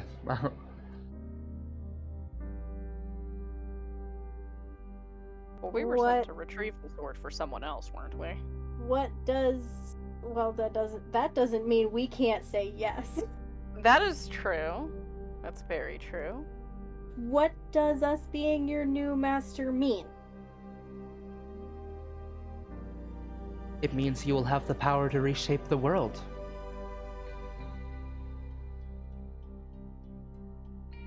Huh. Like the Mad King before you.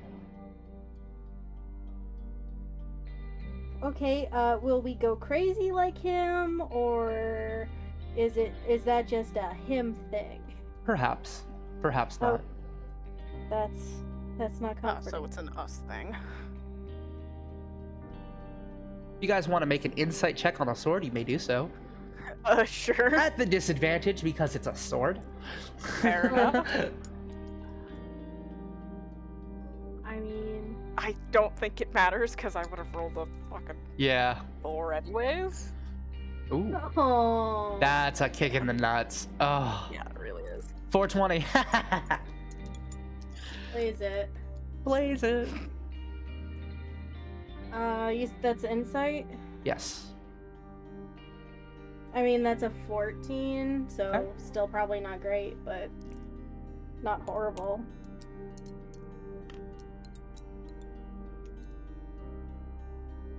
$13. 13. You get the feeling that this thing is being honest to you. It's being extremely honest. Like it doesn't want to hide anything from you. It has no reason to. So, Okay, so it could very well have just been a him thing.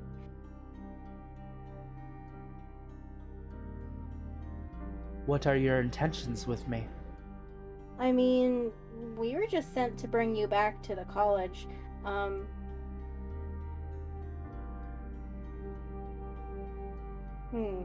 Although technically we weren't sent to bring you back to the college.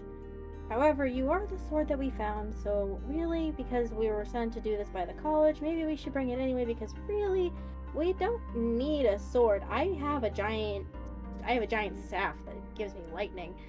So... You talk a lot. I do, yes. What is your name? Zinni. It is nice to meet you, Zinni. Well, it's nice to meet you too. And who are your friends? Oh, that's Fiska and Lunny and Thalgren. might I see one of them? Does seeing them mean them holding you like me? Indeed. Okay. Who wants to hold a cool talking sword? Why not? Yeah. Who takes the replier? Sure. Okay. How bad could it possibly Visca, go? make a wisdom saving throw at the advantage. Oh, okay.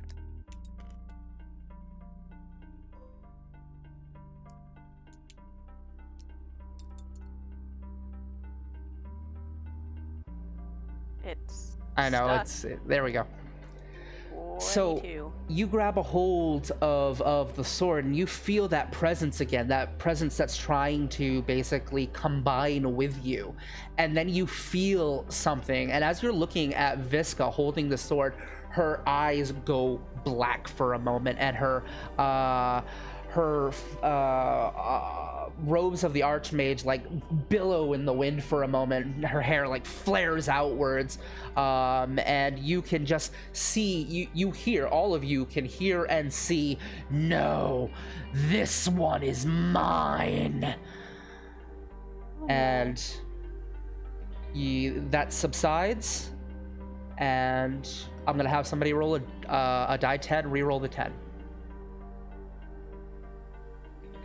Just Nem got possessive, Jesus Christ. Oh yeah, Nem's like, no, nope. Excuse me, excuse Just, you. no, bitch. This I is have not- dibs on this soul. Yup. It's just like, okay. So who's rolling the die 10? Oh, I might as well. It's this Whoever's one? holding the sword rolls the d10. Fair enough.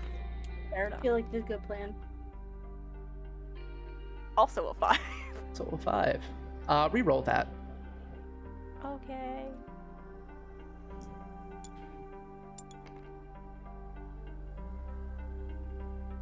Seven. As you grab a hold of the blade, you see it actually seems to change its shape as the hilt becomes blackened, and it shapes into this vicious sort of hilt with blades coming out the sides. It's got red rubies going down, the bottom hilt shining with a red ruby of its own. The blade itself gets serrated along the edge before it comes to an edge hooked at the end, as you're holding another sword that doesn't look like the sword you spoke with before. As you hear, "Hello, are you my new master?" Well, that's frightening. Maybe. It depends. "And who am I speaking with?"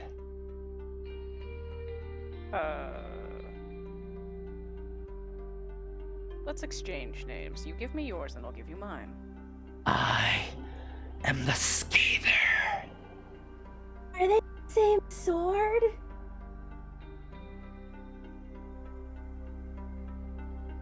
Okay. Did we just retrieve a sword with multiple personalities?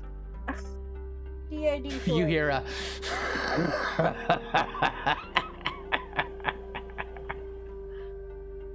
Is that a thing? "We will rule the world together. No. Alistair, think of what we can do. Nem, I can feel you in there too, with the powers combined." I will drop you in the water. I'm No, going you to take won't. the sword away. Just No, take you the sword. You please. grab a hold and okay, go ahead and make a wisdom saving throw. we're just like tossing it around like who's gonna get the right one today? Hot potato. That's a 17. A 17. Yeah, you're able to fight the presence. You actually don't even really feel it try to take hold of you. It looks like it doesn't know what to grab. Make a die 10 roll, reroll 10s, reroll 5, and reroll 7.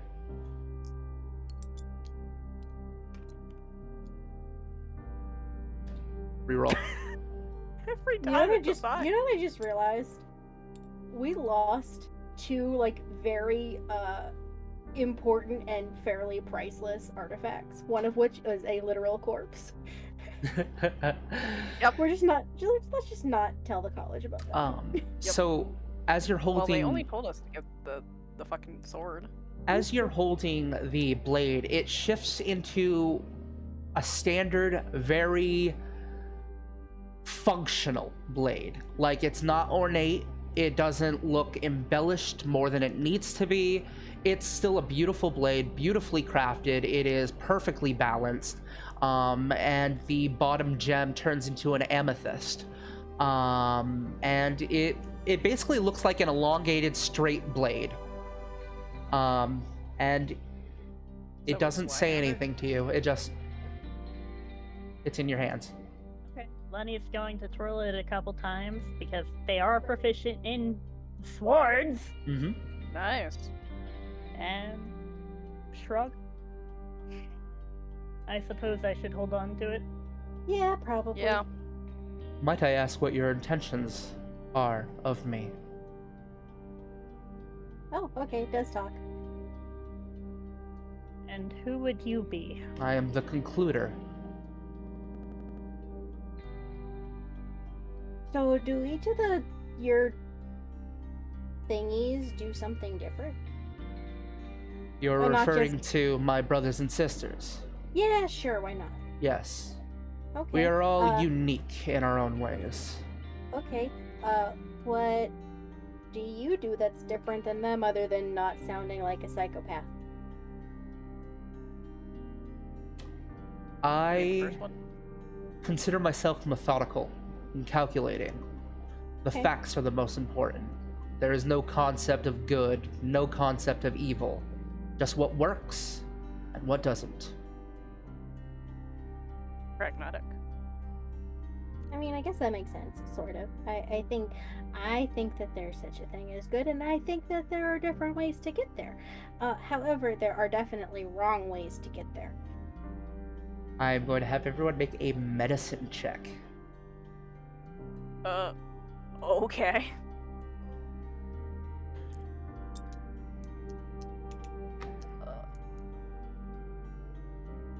That's just a 2.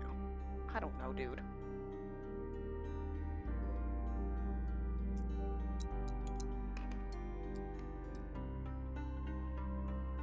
That's a modded 20. Modded 20. Just ignore the right one. Which was the left one. Okay, so medicine would be a 19. 19, and what did you get, Zitty? Modded 20. Modded 20. Both of you remember old medicine practices, all old medicinal practices, specifically centered around mental health. People used to be categorized into 9 categories.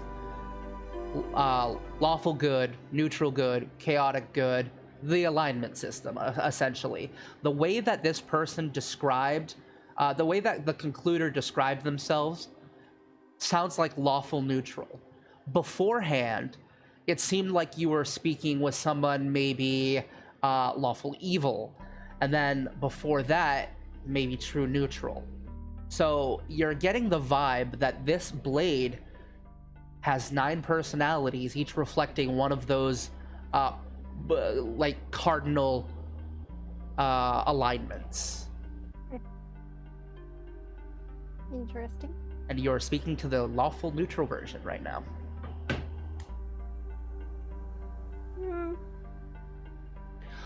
At this point, I will have everyone make a perception check. Oh no, I'm not good at those either. I don't think very many of us are good at those. I might as well just dump myself into the ocean. We are smart of head and dumb of ass, basically, so... Yeah, we really are. I mean... Oh, I'm sorry, what was the check? Perception. Perception. You can use So your that is- passive if it's better. Yeah, my passive is a fucking 19. My passive is a 10, so Okay. I would go up by 2. Nice. My passive is 11, so I would go down by 1 because my modifier is a 1. All right, the 19 gets it. It's been 5 days that you've been floating in the water at this point, Yeah. and you're looking about, and you're pretty sure you saw something move underwater. Something Oh, big, no. something gray, Whale? maybe. It's coming towards you, Well, beelining towards you. well, Hmm. that's unfortunate. It really is. It breaches the surface. As you see, it is the shape of a giant barrel of something. As a latch opens up, and you see two familiar gnomish faces, Miffy and Maudie, inside of the apparatus of the crab. And there you are! As you hear Hi. from Miffy, and you hear a muffled, "Oh, fucking A, get in!" Please. As all of you get into the apparatus of the crab and climb into this device. It is pretty cramped.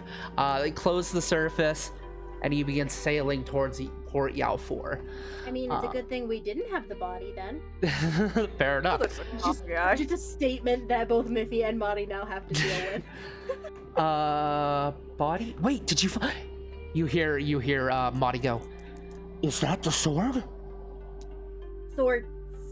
Swords. Sword? Technically several swords in one, yes. What? What do you mean? It It's has got multiple mental swords. problems. I believe, you remember when we did the research and we found out that it was, there were 9 blades, based off of Fragarok? Well, One apparently- blade, 9 facets. yeah, this is Fragarok. Oh. Look, guys, I'm sorry I ran off like that. I mean, it was a lot. We were kind of telling you to go against everything that you've been taught and just You to do you. kind of blindly follow us when it's, again, it goes against everything you've been told your entire life. And that's okay. We still love you. I pinky promise I won't try to kill you guys. And she pulls out her pinky. Oh, good. Zinni's just gonna hook her pinky. And she grabs a hold of your pinky with hers, and then pulls it over to each of yours because she wants everybody in on this pinky swear. Pinky swear. Group pinky swear. Everyone pinky swears. Even Miffy joins in. And you sail. It takes you another 2 days of crampedness and awkward bathroom breaks, and it's not a pleasant experience, but you do make it to the shore of Yao-4, where you're able to find the teleportation, well, you're able to find the Wayfarer who teleports you back to, well, first teleports Miffy and the apparatus back to Hillcrest, and teleports all of you back to the College of the Frozen North. Elapsing another day after you are able to rest, you are brought to the office of the headmaster. The headmaster is standing in front of all of you and seems very excited to see all of you intact. It's like, my kind eyes have brought you towards me today. It is a great pleasure to see you amongst the living. Tell me, We almost got killed by a storm giant. Kind of crazy sword. you and found the that- sword. Or Found the Sword. sword. So, May I see Sword. it? And he holds his hands out. just to give you a heads up, it tries to kind of bind with your brain, and yeah. Very 'Cause there's- well. You see it's him. It's all of the swords. You see him concentrate for a moment, and he looks like he casts some sort of fortitude of mind spell on himself, and grabs a hold of it. Very well. You may enter. And now it is time for you to meet your benefactors and the person who funded this expedition. And as you turn around, you hear, or first you hear a no from Maudie as the paled-faced gnome looks even more pale than before. As you look to where she's looking, and you hear her say, "The Grand Elder?" But when you look to see who this quote-unquote Grand Elder is, who you see is Lord Hayden Alkavisk, standing next to the very proud Lady Carmilla Alkavisk, who takes the sword in hand and smiles a sinister smile. As you hear Lord Caden look at all of you and then stops at Visca and nods. "Alistair, I'm almost proud of you." And that is where we will end this session and arc. So, first of all, for the deadly encounter, that's 1 checkpoint. For retrieving the unfortunately you don't get the extra XP for retrieving the sarcophagus in the body. However, for retrieving the sword, you get another checkpoint, and for completing the mission, you automatically level up. Nice. So you get 2 checkpoints and a level. Plus checkpoints. Yes. So that's where we're going to end tonight's episode. Thank you guys so much for joining us, and that is where the arc is going to be changing. We're actually going to be switching games to a World of Darkness game pretty soon, so look forward to that. It's probably going to be a few weeks before we actually start it up, so join the Discord and be updated when we actually go live. But until then, thank you guys so much for joining us, and toodaloo. Bye. Bye.